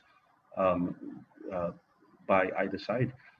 But also at the same time, there's an issue of time, because whoever takes the oath of office as the US president on the 20th of January next year, they would only have about 16 days or so to get it approved and ratified. So it is something that still remains uncertain. And if the New START does not come about, then you have one less instrument, or you have the last instrument with regard to nuclear arms control between the two major superpowers that will be gone. And that would create a very high risk, because it takes away the ability of states to have confidence in terms of the threat perception of the other state. In the second point, many of the intergovernmental processes have devolved. The tensions have led to situations where there have been acrimony, there is a lack of diplomacy, and there's unwillingness to cooperate and seek solutions. Diplomacy and foreign relations is about talking with each other. It's about building trust and confidence. And if states can't do that, if the diplomats are bickering and arguing all the time, then that creates a more difficult and dangerous situation. And in fact, with some of the bigger countries, due to geostrategic tensions and a whole range of other issues when it comes to nuclear disarmament, that has become very difficult as well. This affects the NPT review conference prospects of an outcome. Malaysia, as mentioned, we will be chairing one of those meeting committees, so we will do our best, and we will put in our utmost effort, but we do know that that is a difficult process, and this is something that not only us, but all the other countries that are state parties to the NPT know that this is something that will be quite challenging. One of the main issues which I seek to emphasize is that some of the nuclear weapon states, and also not just the states themselves, but many of the countries that are aligned to them, particularly if they're in security or a nuclear deterrence sort of relationship, are unwilling to reaffirm past commitments towards nuclear disarmament, let alone to make any new ones. Part of it is a lack of leadership, as some of the major powers with the most weapons have not committed to serious steps towards nuclear disarmament. So if a country cannot reaffirm what they said they were going to do, and if they don't implement what they said they're going to do, that is a very sad state of situations, because it means that the trust and confidence that you need from countries putting their name down and committing themselves to whatever commitments they make, if that is not being followed up, then that suggests that the other commitments perhaps are something that they may not follow as well. Some of the concerns that we do have with the current situation in nuclear disarmament, and this was mentioned, I believe, by other speakers as well, There is slow progress in the reduction of strategic or non-strategic nuclear weapons. And in fact, I think, at least in the past few years, that reduction hasn't really happened. There was slow progress throughout the 90s. There was a period right after the Cold War where a huge number of warheads were taken offline. And also delivery systems. You had some more back in the early 2000s with the various treaties there. You had some more with the New START, but in the past few years, this reduction has been very slow. There is the continued dependence on nuclear weapons in strategic and security policies and doctrines. If a country still believes, and it does state that nuclear weapons is essential for its security, then it's a lot more difficult to persuade them to get rid of it. But it doesn't mean we can't, but it means that it's something that we have to persist and persevere. They continue to modernize and upgrade their nuclear arsenals, especially with the technology that exists. We're looking at situations where, based on the pronouncements by the major superpowers, that some of the weapons they have are weapons which they intend to keep and maintain up until 2070, 2080, 2090, especially about big ticket items such as ICBMs or the submarines and the submarine launched ballistic missiles, because these are major investments. Technology exists to make these things operational for a much longer period of time. So if a country is going to invest billions and billions and perhaps trillions in some cases of their own treasure for keeping a nuclear arsenal, it becomes even more challenging to persuade them that that is not the sort of investment they should be making. There is a lack of transparency. There is a high alert status. I think Magnus touched upon that earlier. This is something where, if you want to lower tensions, you have to lower the ability of people to strike. You have to give them time to be able to react in case of an unintentional or accidental use. There is the continuing pursuit of nuclear weapons programs, and that's something that needs to be looked at. But there's also this insistence of some countries to remain outside of the NPT, and there are many countries who want to be outside of the TPNW regime. And here, I would just like to add to some of the points that were made earlier about the importance of the TPNW. I'm sure many who have followed this issue have heard that the nuclear weapon states have boycotted the TPNW process. They have said many things which are very derogatory or even unkind towards the treaty is, but also made some proper comments about what they think. For Malaysia, we view the TPNW as constituting an effective legal measure under Article 6 of the NPT. NPT says that nuclear weapon states have to engage in good faith negotiations leading towards nuclear disarmament. TPNW does that because it is legally sound, it is feasible to implement, and it has a pathways built within it in some of its articles about how countries with nuclear weapons or how countries which host nuclear weapons can be able to get rid of those weapons and get into a process of verification to ensure that denuclearization is full and irreversible. Some of these same countries have argued that they are opposed to the TPNW and they feel that it disturbs the NPT framework. We very much disagree with this viewpoint. We see it as complementary. But there is something important here, is that the TPNW does exist. It will come into force and it cannot be ignored. So what is needed is to find a balanced way to reflect and to conceptually understand in terms of the state to state and also the civil society discourse, that there is a need to balance and to reflect the TPNW and its relationship with the NPT for many states. At the same time, we have to recognize what some of the reservations that other countries have towards the TPNW. And we need to understand or recognize those reservations, not as an excuse, but we need to recognize those reservations so that we can be able to better engage them and better deal with them in terms of persuading them that they need to get rid of those weapons. So we feel for the TPNW, the expected entry into force of the treaty would build momentum and pressure the nuclear weapon states to further undertake disarmament measures. But we are realistic, however, because too strong a push may create a flowback. And in fact, just before Honduras put forward its ratification in New York a couple of weeks ago, one of the nuclear weapon states circulated a letter to countries saying you should not ratified, and if you have ratified, you should consider withdrawing.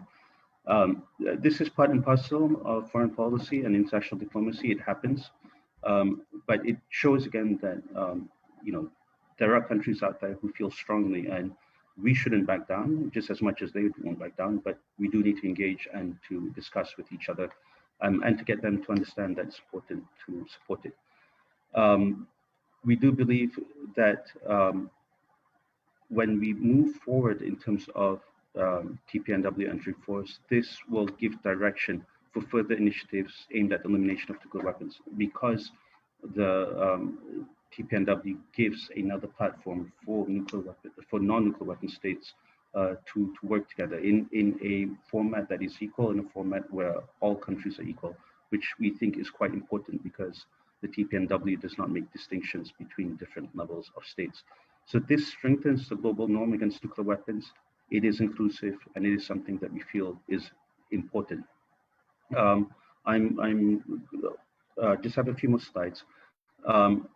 One thing that I would like to mention is that in terms of efforts by Wisma Putra, as we look forward to 2021 for NPT, there are two things here. We have in our national capacity Malaysia. At the same time, Malaysia is chairing Main Committee 1. So how this usually works is that our ambassador, Dato, he chairs Main Committee 1. So he has to be a chairman who is neutral and balanced. At the same time, you have the Malaysian delegation, and the Malaysian delegation will push forward Malaysia's positions. This is just something that takes place in diplomacy when you have these situations. But I'd just like to point out that in our national capacity as Malaysia, what we would look for at the 2020 NPT REFCON taking place in 2021 is to seek reaffirmation and implementation of past commitments, and to get concrete commitments towards nuclear disarmament.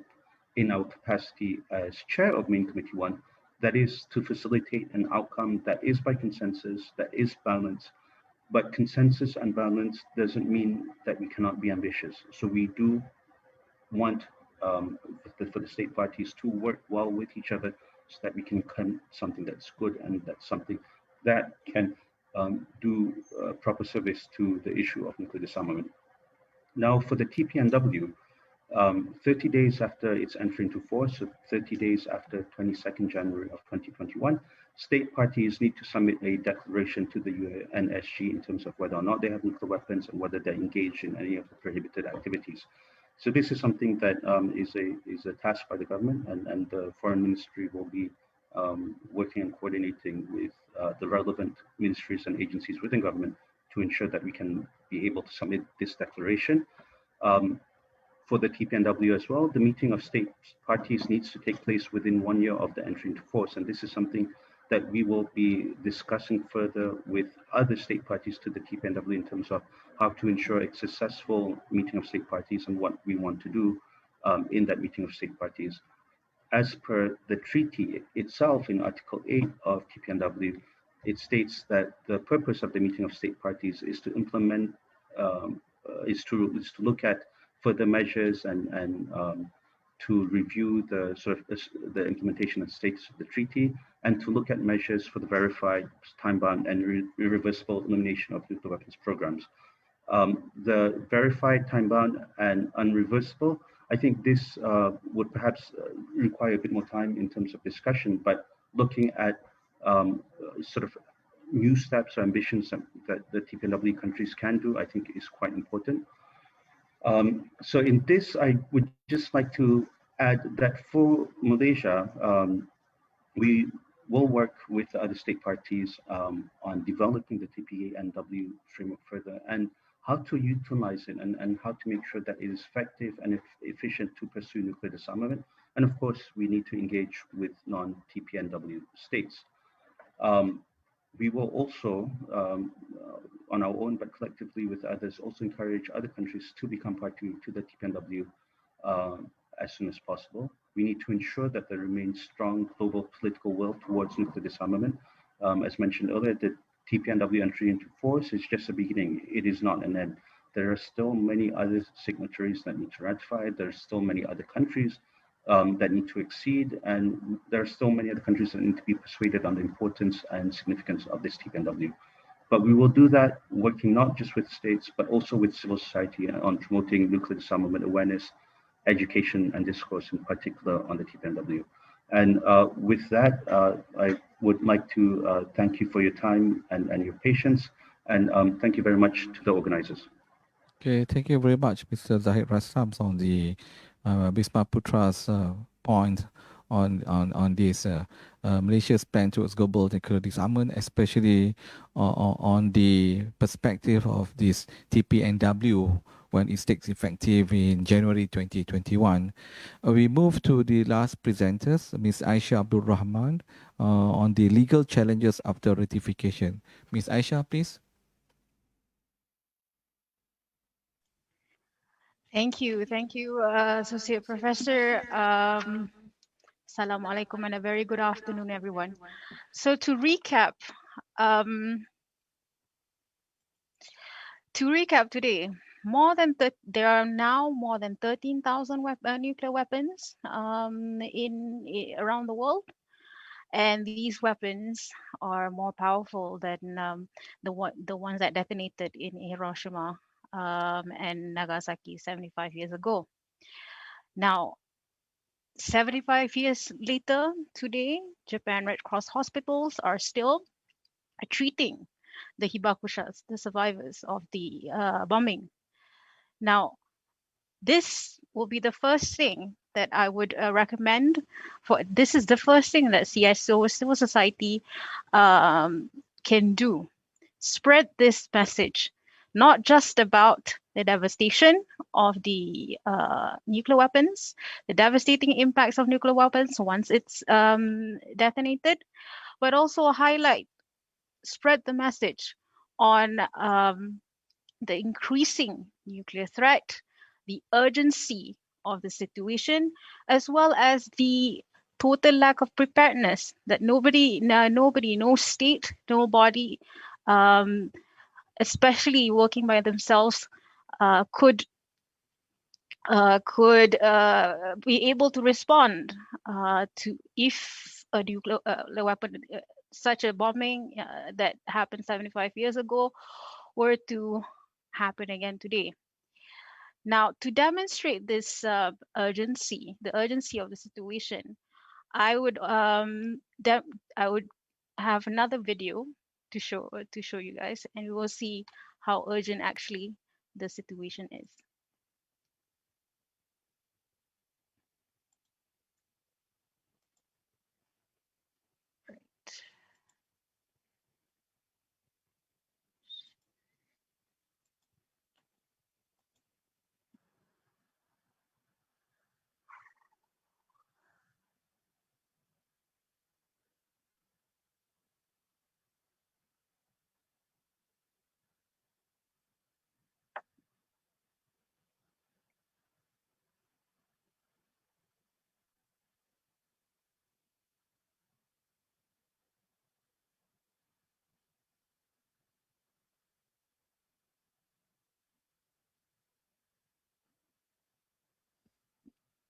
Excuse me, Miss Aisha, we can't hear. There's no volume in the video. There's no video. There's no audio.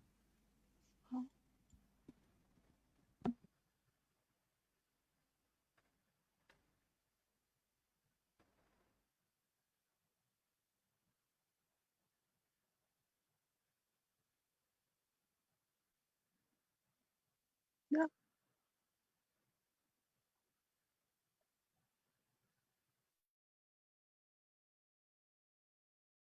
A false warning of an impending attack, or even worse, access the launch codes. The official line is that having nuclear weapons keeps us safe, yet the reverse is true. As long as nuclear weapons exist, there is a risk they can be used. All states must join the Nuclear Ban Treaty now and bring the nuclear weapons era to an end.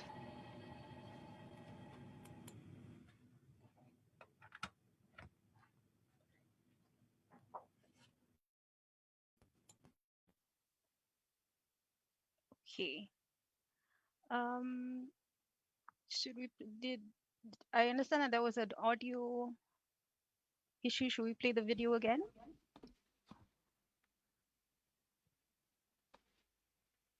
Yes, please. Okay, sure.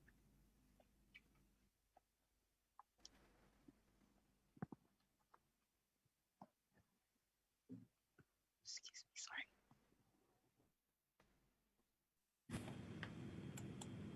There are almost 14,000 nuclear bombs in the world, thousands of which are ready to be used in an instant. Most are far more powerful than those that devastated Hiroshima and Nagasaki in 1945. Since then, nuclear weapons have almost been used many times because of malfunctions, mishaps, false alarms, and misunderstandings. In 1995, for example, a research rocket launched to study the Northern Lights was mistaken for a nuclear missile and led the world to the brink of destruction. We know a nuclear explosion would lead to a catastrophe of unimaginable proportions. Yet the risk that nuclear weapons are used is higher today than it has been in decades. Military incidences involving nuclear states and their allies are happening more and more often, and states are making explicit threats to use nuclear weapons.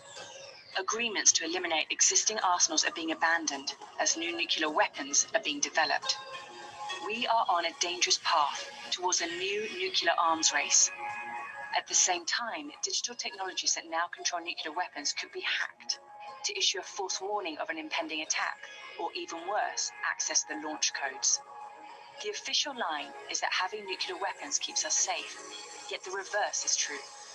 As long as nuclear weapons exist, there is a risk they can be used. All states must join the Nuclear Ban Treaty now and bring the nuclear weapons era to an end.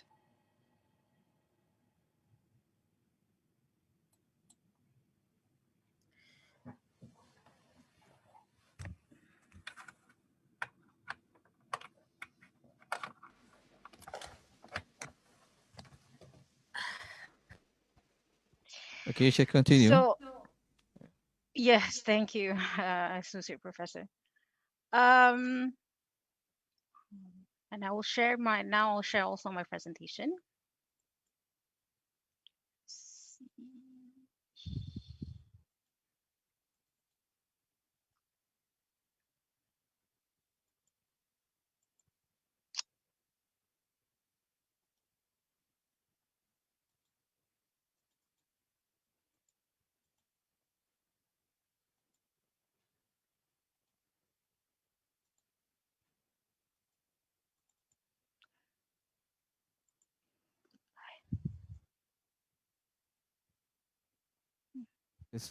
Just close the video. I think that's it. Yes, I have. Hold on.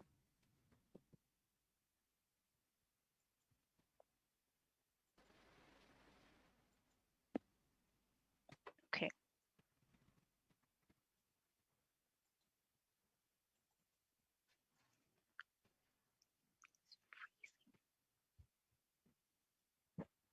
I think I need to turn it off. Turn off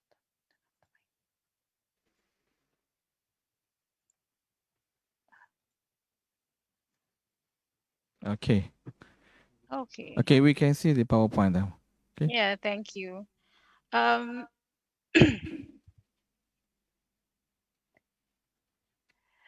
so basically, it's not okay. I'll just present it as it is. So just now I mentioned the first thing that that CSOs could do, which is basically to spread the message, to mobilize, to disseminate, to spread the message on the humanitarian impacts of nuclear weapons, as previous colleagues have established today, highlight the increasing risk of nuclear threats, and also the unpreparedness and the urgency of the situation. Now, there are two other things that I would also recommend. One for NGOs and NGOs as well as faith-based organizations, and another for academics, think tanks, as well as professional bodies. Now, the second thing that that NGOs and FBOs could assist is basically, firstly, to coordinate the responses,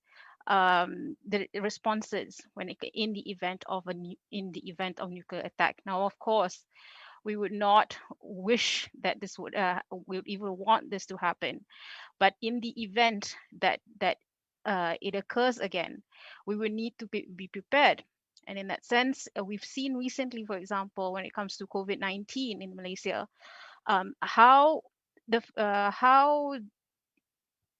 one could argue that the responses are fragmented, and therefore FBOs, therefore NGOs could assist medical professionals, public healthcare assistants to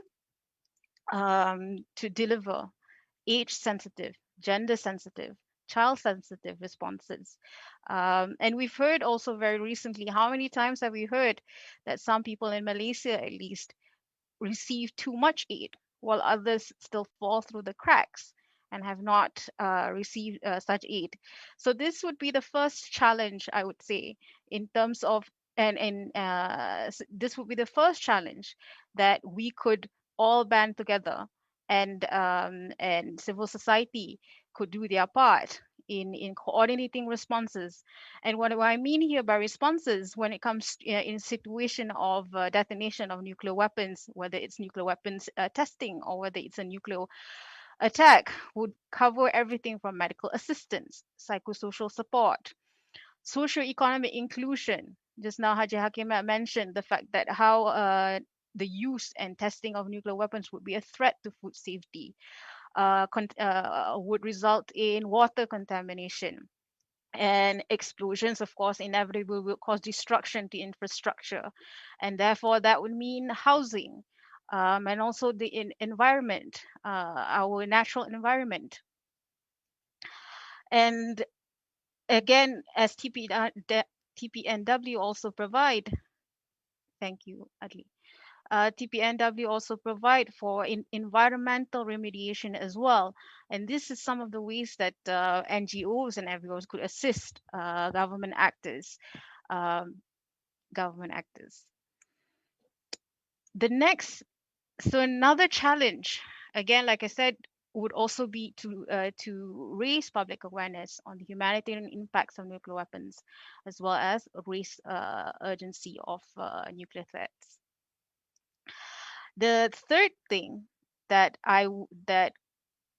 academics, think tanks, and professional bodies, this group of civil society actors could do is basically assist government in the implementation of TPNW. What happens when TPNW enters into force is that our obligations, international obligations of Malaysia need to be reflected in the legal and domestic law and domestic policy regimes. However, the fact of the matter is we still have there's still quite a bit of fragmentation across the different legal and policy regimes in relation to human rights, is particularly protection of the right to life and personal liberty.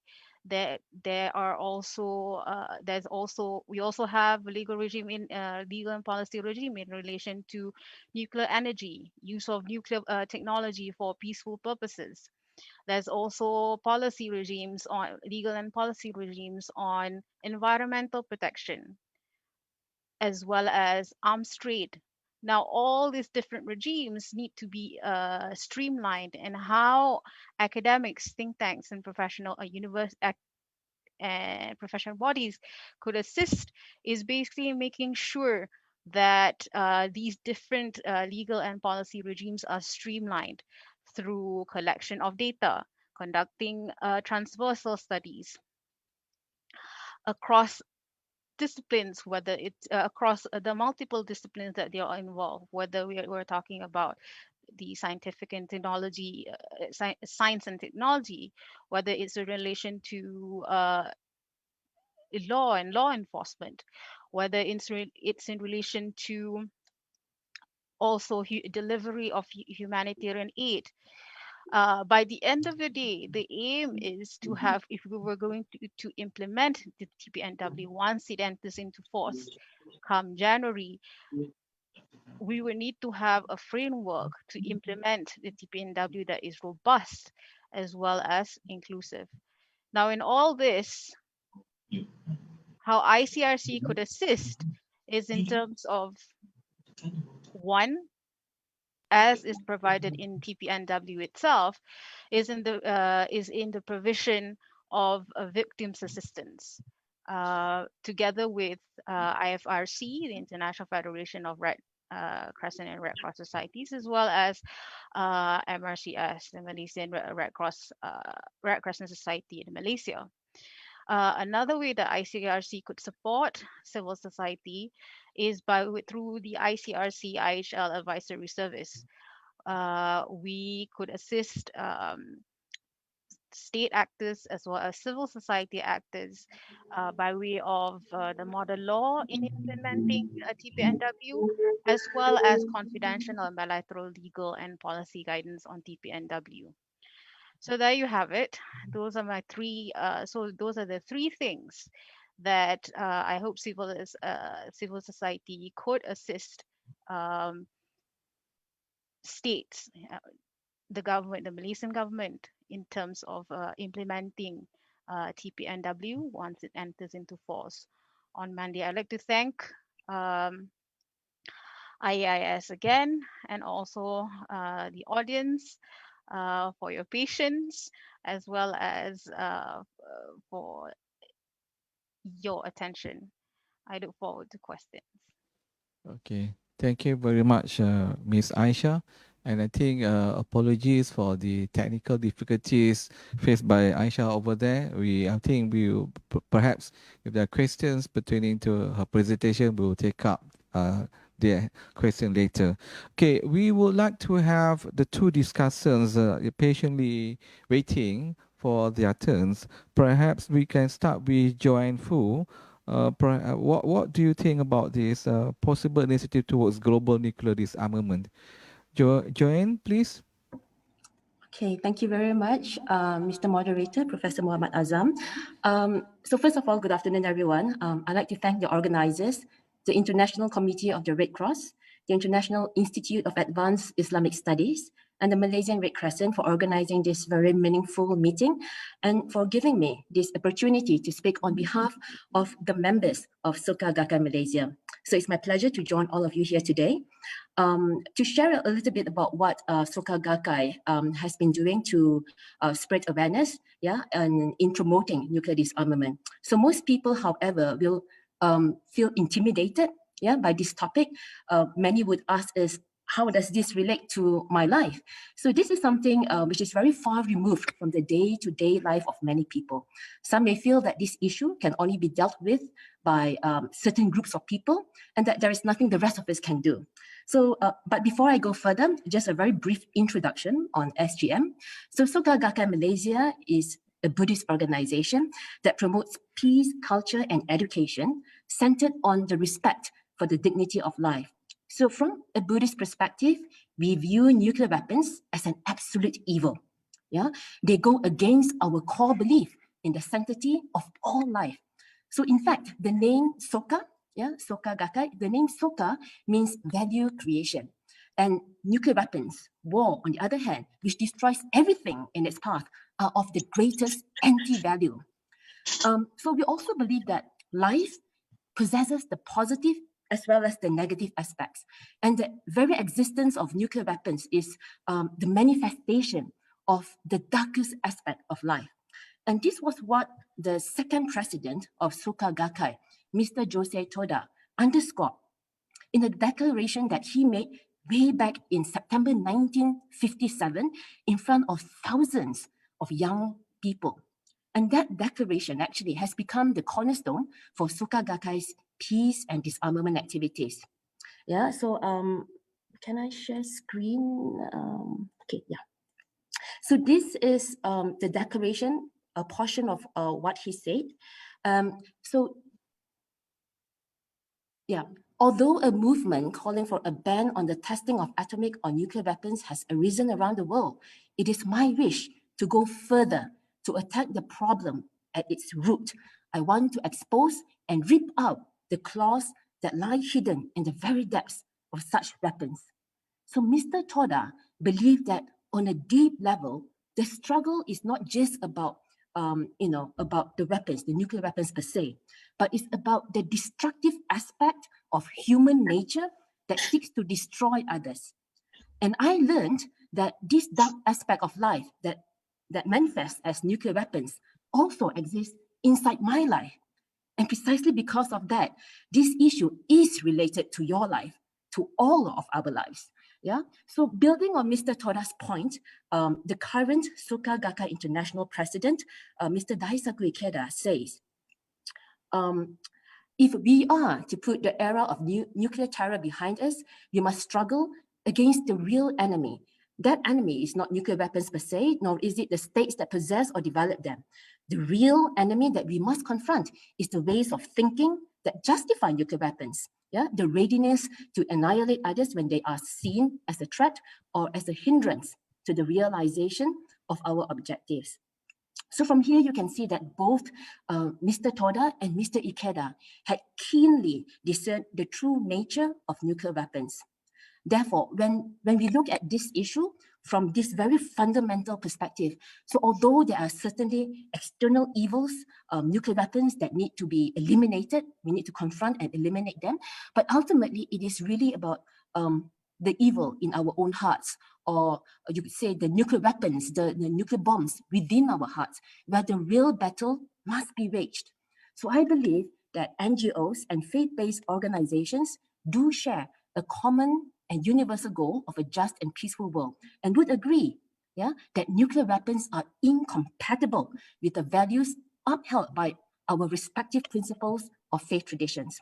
In fact, this year, in commemorating the 75th anniversary of the atomic bombings in Hiroshima and Nagasaki, Soka Gakkai International, together with 189 faith-based communities, issued a joint interfaith statement. And in part, the statement says, as a wide coalition of faith-based communities from around the world, we have committed to speaking with one voice that rejects the existential threat to humanity that nuclear weapons pose. We reaffirm that the presence of even one nuclear weapon violates the core principles of our faith traditions, of our different faith traditions, and threatens the unimaginable destruction of everything we hold dear. So now, please allow me, because I was requested to share about some of the activities or initiatives that SGM has been doing in this regard. So, of course, there has been a wide range of activities that we have been conducting, but the core focus remains throughout the same, and that is to provide platforms for education, learning and dialogue. So this is because we believe that ultimately, the most fundamental and surest way to peace and disarmament hinges upon transforming people's hearts and minds. So we have held peace lectures, peace talks and seminars. In fact, the first ever peace lecture that SGM had held was way back in 1997 on the topic of a world without nuclear weapons. And it was delivered by none other than Dr. Ronald McCoy. And we have been deeply inspired by the passion, the dedication and the vision of Dr. McCoy, who was an obstetrician who wanted to ensure the world in which the babies he had delivered would be free from the threat of nuclear weapons. And in fact, we are very proud that he was also the person who gave birth to the establishment of ICAN, the International Campaign to Abolish Nuclear Weapons, which won the Nobel Peace Prize in 2017. So over the years, we have also invited other speakers and to talk about non-violence, like the grandson of Mahatma Gandhi, Dr. Arun Gandhi. We also had speakers like Professor Zulkifli Abdul Razak, who is director of IIUM, the International Islamic University of Malaysia, because his father was the sole survivor of the atomic bombing in Hiroshima. So he shared with us the lessons that he had learned from his father. And all these platforms, all these lectures have been really encouraging, to whoever had attended, because they help us to cast off our sense of apathy, and they empower us to take action. So borrowing a quote by an American author, Harvey Mackay, I remember Tanzri Professor Zulkifli, he often uses this quote, and it goes, "The heart of education is the education of the heart. And that is why we hold these kind of activities. So besides that, we have also collaborated with other organizations and universities to hold such events. So this year, due to COVID-19, we could not meet physically. So instead, we held a webinar recently, and a special emphasis was given on the topic of the Treaty on the Prohibition of Nuclear Weapons. So the other thing I'd like to share is one of the most important tools to promote nuclear disarmament and peace is the anti-nuclear exhibitions. So the exhibition that we currently use is called Everything You Treasure for a World Free from Nuclear Weapons. And this exhibit was created by Soka Gakkai International together with ICANN. And this set of exhibition examines nuclear weapon issues from various perspectives. Yeah. So when we collaborate with educational institutions, what happens is that the students there, even as young as primary school kids, all the way up to university students, they would be trained, to become narrators for the exhibition. So they learn, and then they share with their friends, with their teachers and other visitors during the exhibition. And many students also were shocked to learn that nuclear weapons still exist in this era. Most of them may start off with a lack of awareness, or even a very pessimistic outlook. But through this process of dialogue, of learning, they were able to break through that sense of powerlessness, and they were determined to be more aware about their own ways of life. And I recall a group of young students saying that this exhibition, being part of this exhibition actually challenged them to ponder about their own daily behavior and to be more conscious, more aware of the violence that they may be creating consciously or unconsciously in their daily life. These are some pictures. These are more pictures about on the exhibition that were held in out in the community. Okay. And during these exhibitions, we occasionally show screenings of testimonials from hibakushas, the victims of atomic bombings. For your information, the Soka Gakkai in Japan had interviewed survivors and compiled these testimonials in DVDs and also in books. And some are available online in the website called The People's Decade for Nuclear Abolition. But I think what is really important is that when you listen and learn, when you hear the victims talk about their painful experiences, it really gets to your emotion. Their cries are a call to ensure that such tragedy must never ever happen again. Okay, the other thing I'd like to talk about is our effort to engage more young people. So as mentioned earlier, Mr. Toda, the second president, chose to make his declaration calling for the abolition of nuclear weapons in front of 50,000 youth. And this really emphasizes the importance of young people. We really need to reach out to multi-generational groups of people and with special emphasis on the young, because the issues of nuclear abolition affects everyone and affects our future. So for over the years, SGM's youth division and student division have been studying the annual peace proposals that SGI President Daisaku Ikeda submits to the United Nations. And then they will hold forums, where they talk about global issues, including issues related to nuclear weapons abolition. So this has been one of the key events which have been consistently garnering engagement from the youth. And this year, we also had a group of junior division or primary school children from SGM who did research, they studied, and they held weekly online discussions about this issue. And this resulted in a talk show. So when we came to the question about what can kids do, and one of the key things that we took away from those sessions is that our daily habits do matter. So we really need to reflect and transform those little habits in our daily lives, habits that may contribute to violence, bullying, disrespect, which really is the base of all evils. So you can watch these small but mighty peace advocates when you visit SGM broadcast channel on YouTube. And other activities include petition drives, awareness survey, as well as a run event called the Run for Peace.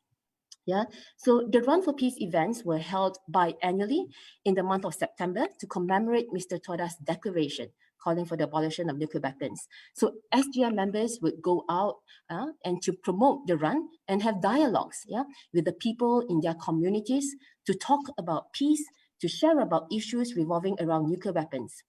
And in last year's run, we managed to get 11 Malaysian parliamentarians and state assembly representatives to sign the ICAN parliamentary pledge to show their commitment to the treaty to ban nuclear weapons. Okay, and this year, we also launched a new social media platform called Rakan TPNW, which means Friends of TPNW. We realized that social media is a powerful tool to engage more people in conversations around nuclear weapons abolition, as social media has become integral to daily life to most people, especially the young. So please, check out our Rakan TPNW page on Facebook and Instagram. And besides that, we have also found that it's very important to find creative approaches, new approaches and new collaborations so that we can reach out to more people, especially to those who may not know anything about this issue.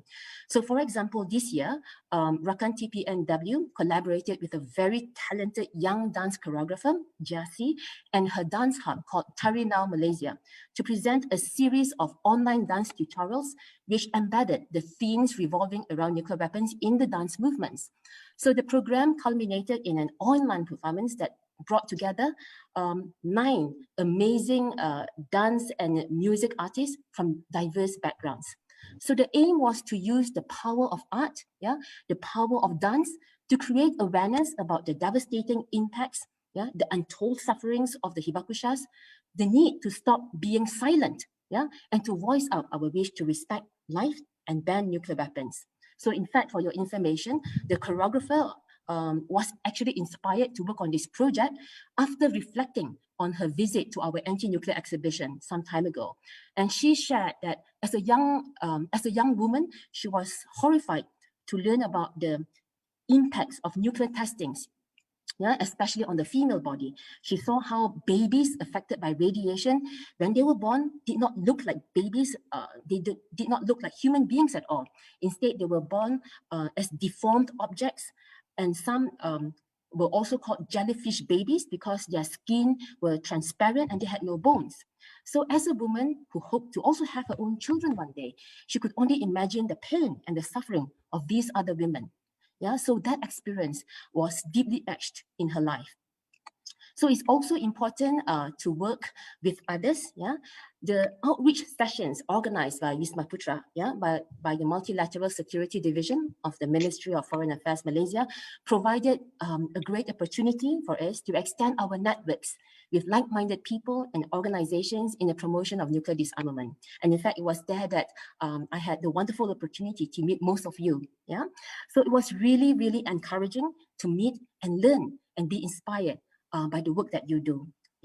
So we are very pleased to share that SGM had also recently released a documentary on the 24th of October, which is United Nations Day. And it was also the day that Honduras, the 50th country, ratified the TPNW. This documentary featured Dr. Ronald McCoy, Professor Zulkifli Abdul Razak, our Mr. Zahid Rastam, and myself. So this documentary is called Our Journey Towards Nuclear Disarmament, shows the collective efforts of different stakeholders in Malaysia in our shared goal to eliminate nuclear weapons. We hope that this documentary will inspire more people to join us in this shared vision for a peaceful world. So to conclude, I would like to take this opportunity to share with you that exactly 20 years ago, this month, the president of Soka Gakkai International, Mr. Daisaku Ikeda, he came to Malaysia as he was conferred an honorary doctorate of letters from University Putra Malaysia, recognizing his contribution to peace. And in his acceptance speech, he spoke about the importance about serving humanity. And I would like to quote part of that speech. And he says, "The key is to return to the most fundamental point of departure. In other words, the importance of contributing to people's welfare, to the development of youth, and to the happiness of humankind, and to pool our wisdom and energy and take concrete action. I believe this applies to all areas of society, and that it is the way to overcome the sense of hopelessness. So let's go back, to our prime point of our purpose and our work, so that humanity will be protected and can continue to flourish while enjoying their dignity of life. And finally, SGI President Daisaku Ikeda also said that in order to eradicate the structural violence that can be found all over the world now, we must weave a protective net, and a protective net. So for its vertical threats, we will call up the spiritual power, that arises from the depths of the life inside each of us.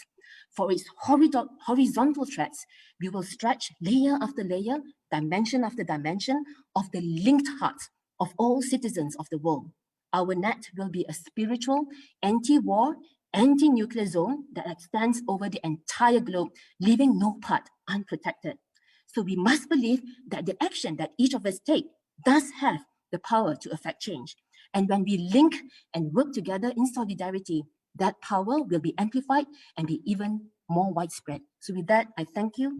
And I would like to end my speech here. For sharing what been done by Soka Gakkai in terms of this anti-nuclear weapon. We would like to invite Cikgu Azmi, Abdul Hamid, President of MAPIM. Cikgu Azmi, please. Yes, thank you. Assalamualaikum warahmatullah. Good evening. I'm clear? You hear my voice? Yes, please. All right, thank you. I will be very short, concise. Thank you for the invitation.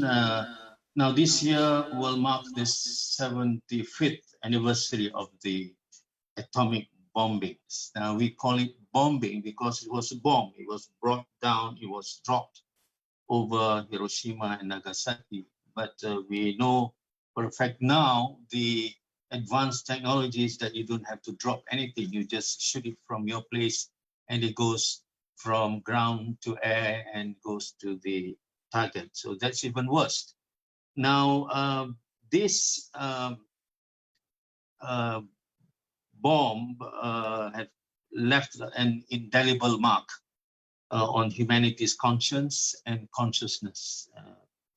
And this year's 75th anniversary is also a forceful reminder of the catastrophic and lasting human cost of nuclear weapons. Now, I must argue, despite this legacy, we still have countries going after these destructive weapons. Up to this day, we continue hearing news of nuclear proliferation or the possession of such weapons, especially in the Middle East, South Asia, Russia, and North America. Now, this development suggests humanity may have yet to learn from the catastrophic use of nuclear weapons. Instead, what we are witnessing during our contemporary times is the race to possess such a weapon in the name of national defense.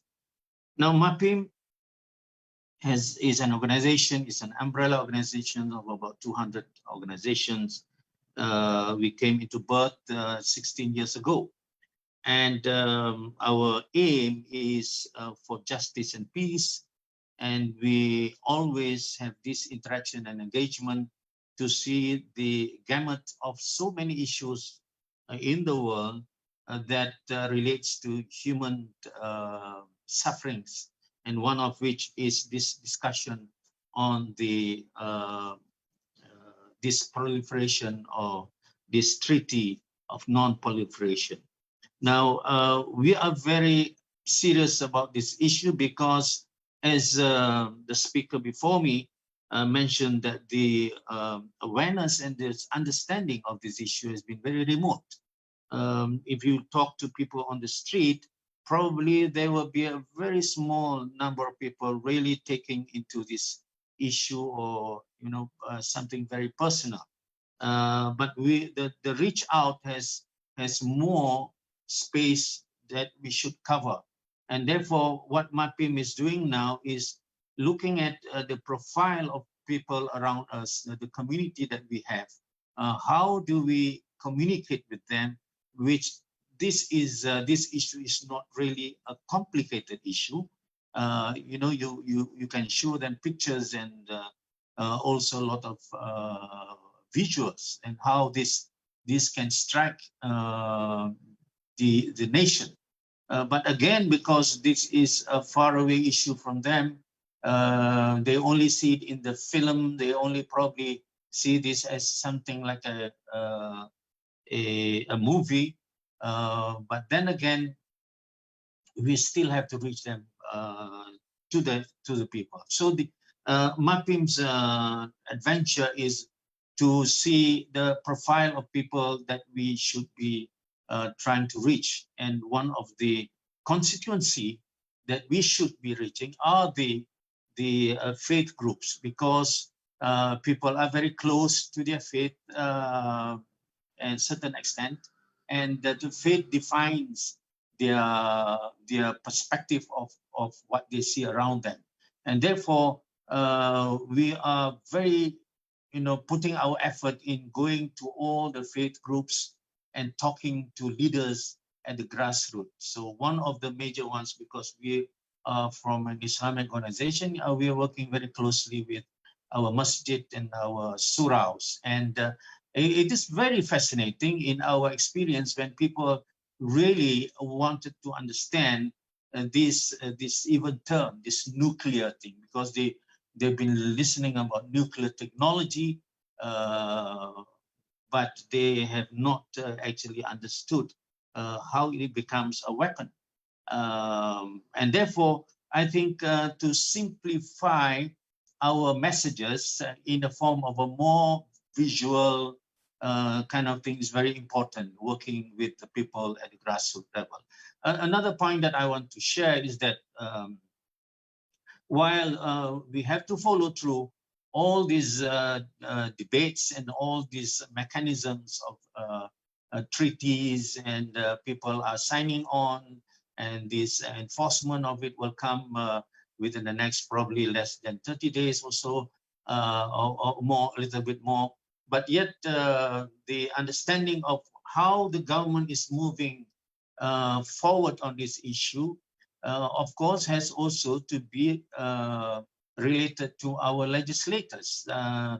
Out of the 222 legislators now who are having their sitting, I doubt that many would really understand this issue. And yet they are the people who will make who will build their opinions and then derive at the decision. And I think talking to these people from their own constituencies, I mean, each parliament would have their own people, their voters are there, and politicians are very sensitive about the voters. So if we can actually talk to them, that they have a strong mandate to always educate their constituencies about what's happening to the world, and the issue of this nuclear weapon is a very critical issue.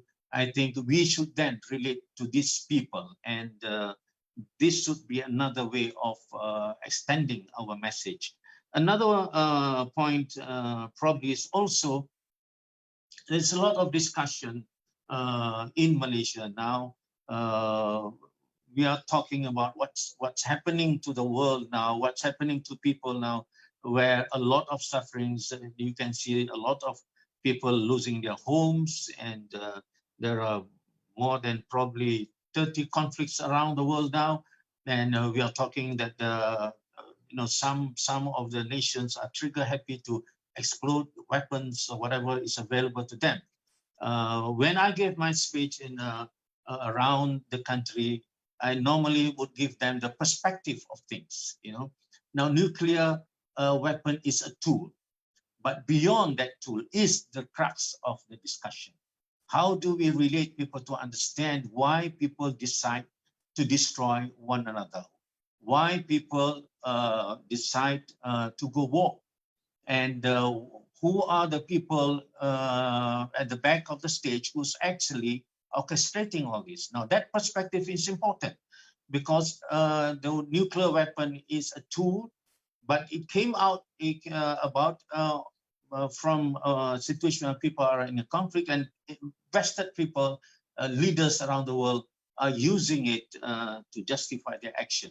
It is important for us to give that perspective, to discuss about this. Then you will understand that they will appreciate the importance of us talking about the nuclear proliferation. At the end of my very short contribution is that we talk about what is termed as the diplomacy track.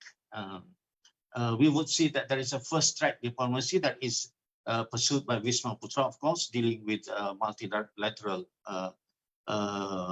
organizations and government to government. But we also have the second track diplomacy, where you actually pursue your effort working with civil societies. On doing that, what we need to do from the NGO, from all the organizations that we are now working with is making sure that we can really have a very effective networking with other groups. Now, we know it's going to be tedious, but from my experience, having that network is very, very important. And lastly, the interfaith groups, especially from our groups, Islam, as Professor Kamali has deliberated very eloquently about the concepts, the fundamental values of Islam, that we do not, it is something is called munkar. Sometimes we use the word batil. When we talk about this issue, it falls into that. How do you fight munkar? How do you fight batil with a system that is so powerful that decide people to take on this dreadful weapon to kill other innocent people? So it is very important to come back to that values and educate people. Thank you so much, Dr. Azam. Assalamu alaikum warahmatullahi. Salam. Thank you very much, Cikgu Azmi, for your interesting, share of your presentation right now, just now. Okay, can we have questions? I don't know whether there are few participants on Zoom in particular. There are questions from them. If they are still on, perhaps, if you can ask. There are two questions shared by these participants.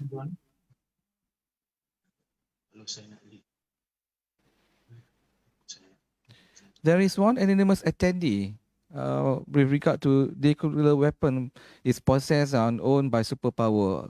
Is he or she still around? Otherwise, I can ask a question on behalf of this person. Okay, to cut short, nuclear weapon is possessed and owned by superpower who are at the upper hand in determining whether to abandon the usage of nuclear weapon.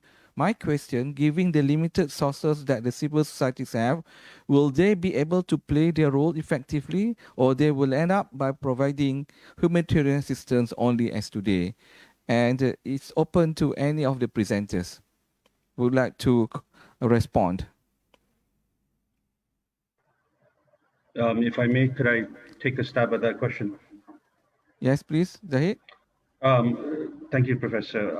There are two parts here. I mean, the first one is talking about nuclear powers and the relation of other countries to that.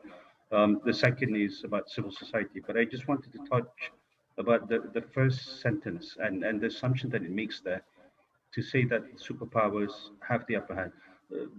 First of all, I don't think it's a superpower issue because some of those countries that do have nuclear weapons are really not super in any way.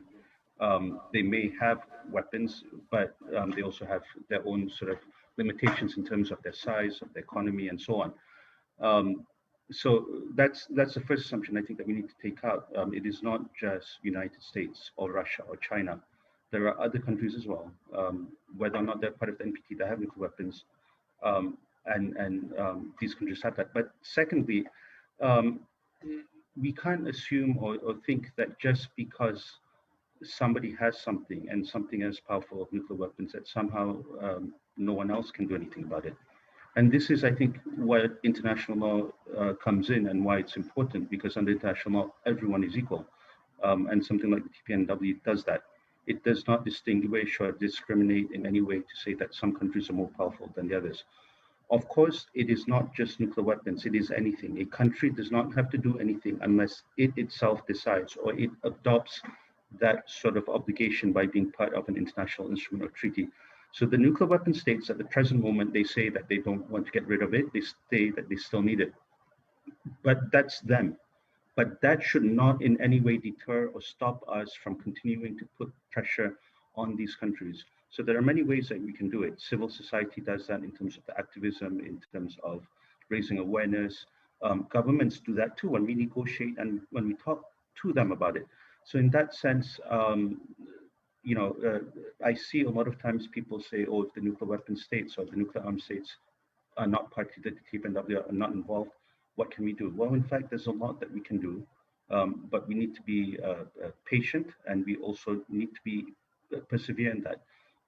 Chemical weapons would really sort of the stigmatization of that was after World War I, and then with the Geneva Conventions of 1925, that it was totally prohibited under international law in that sense. So it does take time. Thank you. Thank you. Is there anyone on the Zoom by the name of Sharifa Makarandas?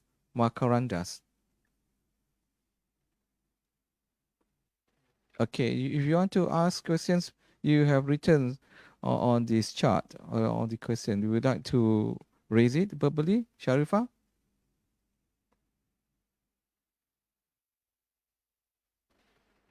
Your mic is mute. If you want to ask, can you unmute your mic?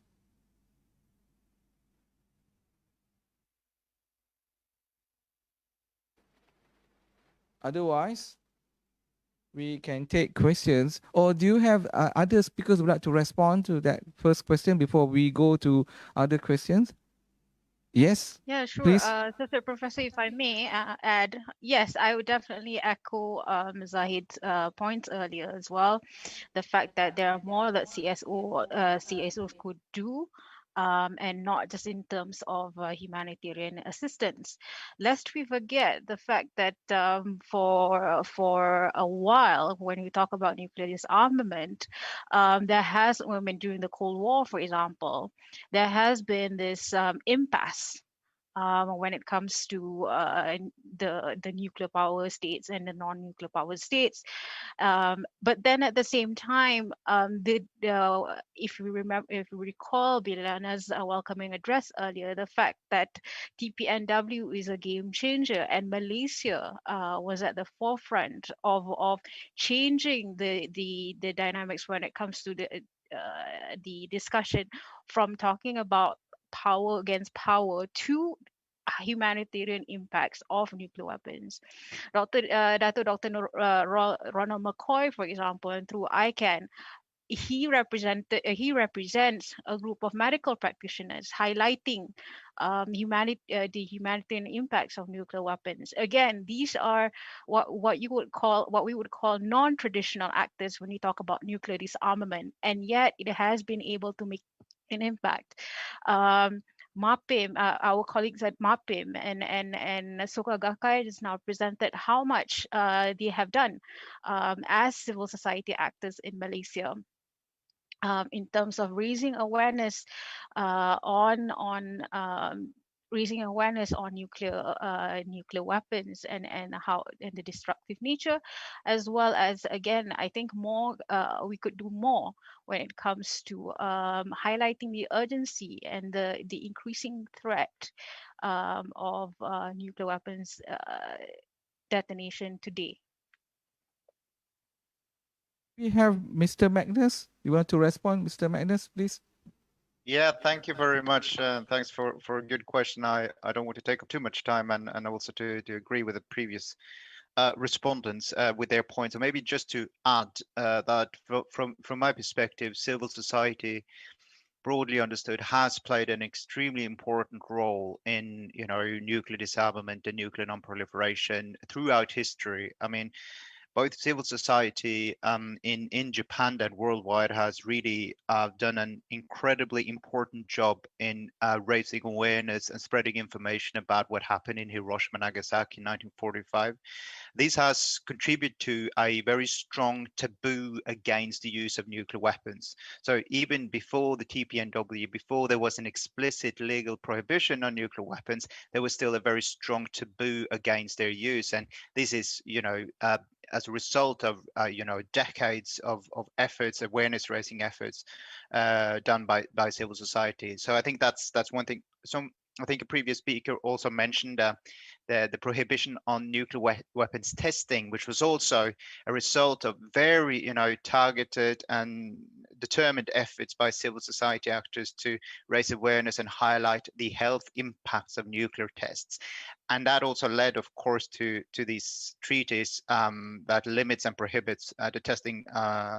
Most recently, the Comprehensive Nuclear Test Ban Treaty, which was adopted and open for signature in the 1990s. So it unfortunately hasn't entered into force yet, but it's still very much representing a very strong global norm against nuclear weapon testing. So again, civil society played an important role in sort of preparing the ground for that treaty. And then most recently, and as noted by Aisya, I think also the Treaty on the Prohibition of Nuclear Weapons. Of course, this treaty is a result of intergovernmental negotiations between states, and it's a treaty that applies to states, and states have played an extremely important role, such as Malaysia, in bringing this into being, and now very soon into force. But I think it's also no doubt that also civil society played a very important role in making the case for this treaty, and also provided vital input into the negotiations of this treaty, and continue now in the process leading up to its entry into force and beyond to be extremely important interlocutor. So yeah, just to say that I do believe that civil society has a key role to play in this work, and that it has played an important role also historically. Thank you. And as we have one question from the FB viewer from Faisal Samsudin, and I think the question we open to all the speakers, anyone can respond. What would be the likely scenario if President-elect Biden would not ratify NPT to continue the predecessor's defense policy of deterrence of trade or anti-nuclear negotiation, for example, China, North Korea, and Russia? Anyone to respond?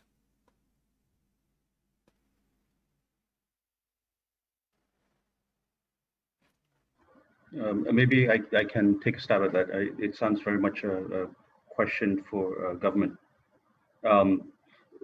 It's a theoretical question. I mean, this is not. I answered this without making any comments about the U.S. presidential elections, but just to speak theoretically about can we expect any changes? First of all, the United States has had weapons under democratic administrations just as much as they've had under Republican administrations. There is a very entrenched sort of commitment within U.S. national security and U.S. security policy, both in terms of the actual documents, the laws, the policies, the doctrines, but also in terms of the sort of fundamental thinking that takes place within people as part of the U.S. system of government, regardless of their political view. So there will be nuclear weapons there. The question was, would the U.S. ratify NPT? I think perhaps what they meant is the TPNW. We hope they do, but at the present moment, the United States has indicated that they would not. Would a different administration change that? I do not think so at this present time, because even when we had strong movement towards commitments for nuclear disarmament under the NPT from the 2010 NPT Review Conference, which was during a democratic administration, there was very little done. In fact, there was a lot of money put in towards investing and modernizing nuclear weapons in the period of 2012, 2013. Those are things which the Trump administration followed up on. So would the US change and ratify? Realistically, it'll be difficult. This is something which I think all of us in the non-nuclear weapon states will continue to push them. But I think a straight answer would be that it is unlikely at the present moment. Now, would the US change its stance in terms of how it deals with China, Russia, DPRK, for example? We might see changes in terms of behavior, in terms of the rhetoric, but in terms of some of the positions, the tough positions that the US is taking, for example, that renewal of START needs to be replaced with a trilateral sort of arms control agreement that is not just US and Russia, but US, Russia, and China. That is likely, I think, will continue regardless of what type of administration that we'll have, simply because these sorts of things, at least at the US level, it transcends administrations. There might be some openness, there might be change of tone and behavior, but the fundamental policies would remain the same. Okay, thank you very much, Mr. Zahid. Anyone else would like to respond? Okay. Otherwise, it has been a very long discussion today, this afternoon in Kuala Lumpur, and also morning in Geneva. But anyway, I think the discussions under this RTD, I think the speakers, Magnus, Mr. Hakim, Mr. Zahid, and Ms. Aisya, I think all of them have spoken well with regard to the points that they have raised. And I think on behalf of the organizers, IAIS Malaysia, ICRC, and also MRCS, we would like to thank everyone, especially Professor Dr. Hashim Kamali, as well as Ms. Biljana, and all the speakers, as well as participants on the Zoom and also viewers around the world on our FB Live. We would like to thank again the speakers, especially for sharing their thoughts on this subject matter. Thank you very much again to all of you.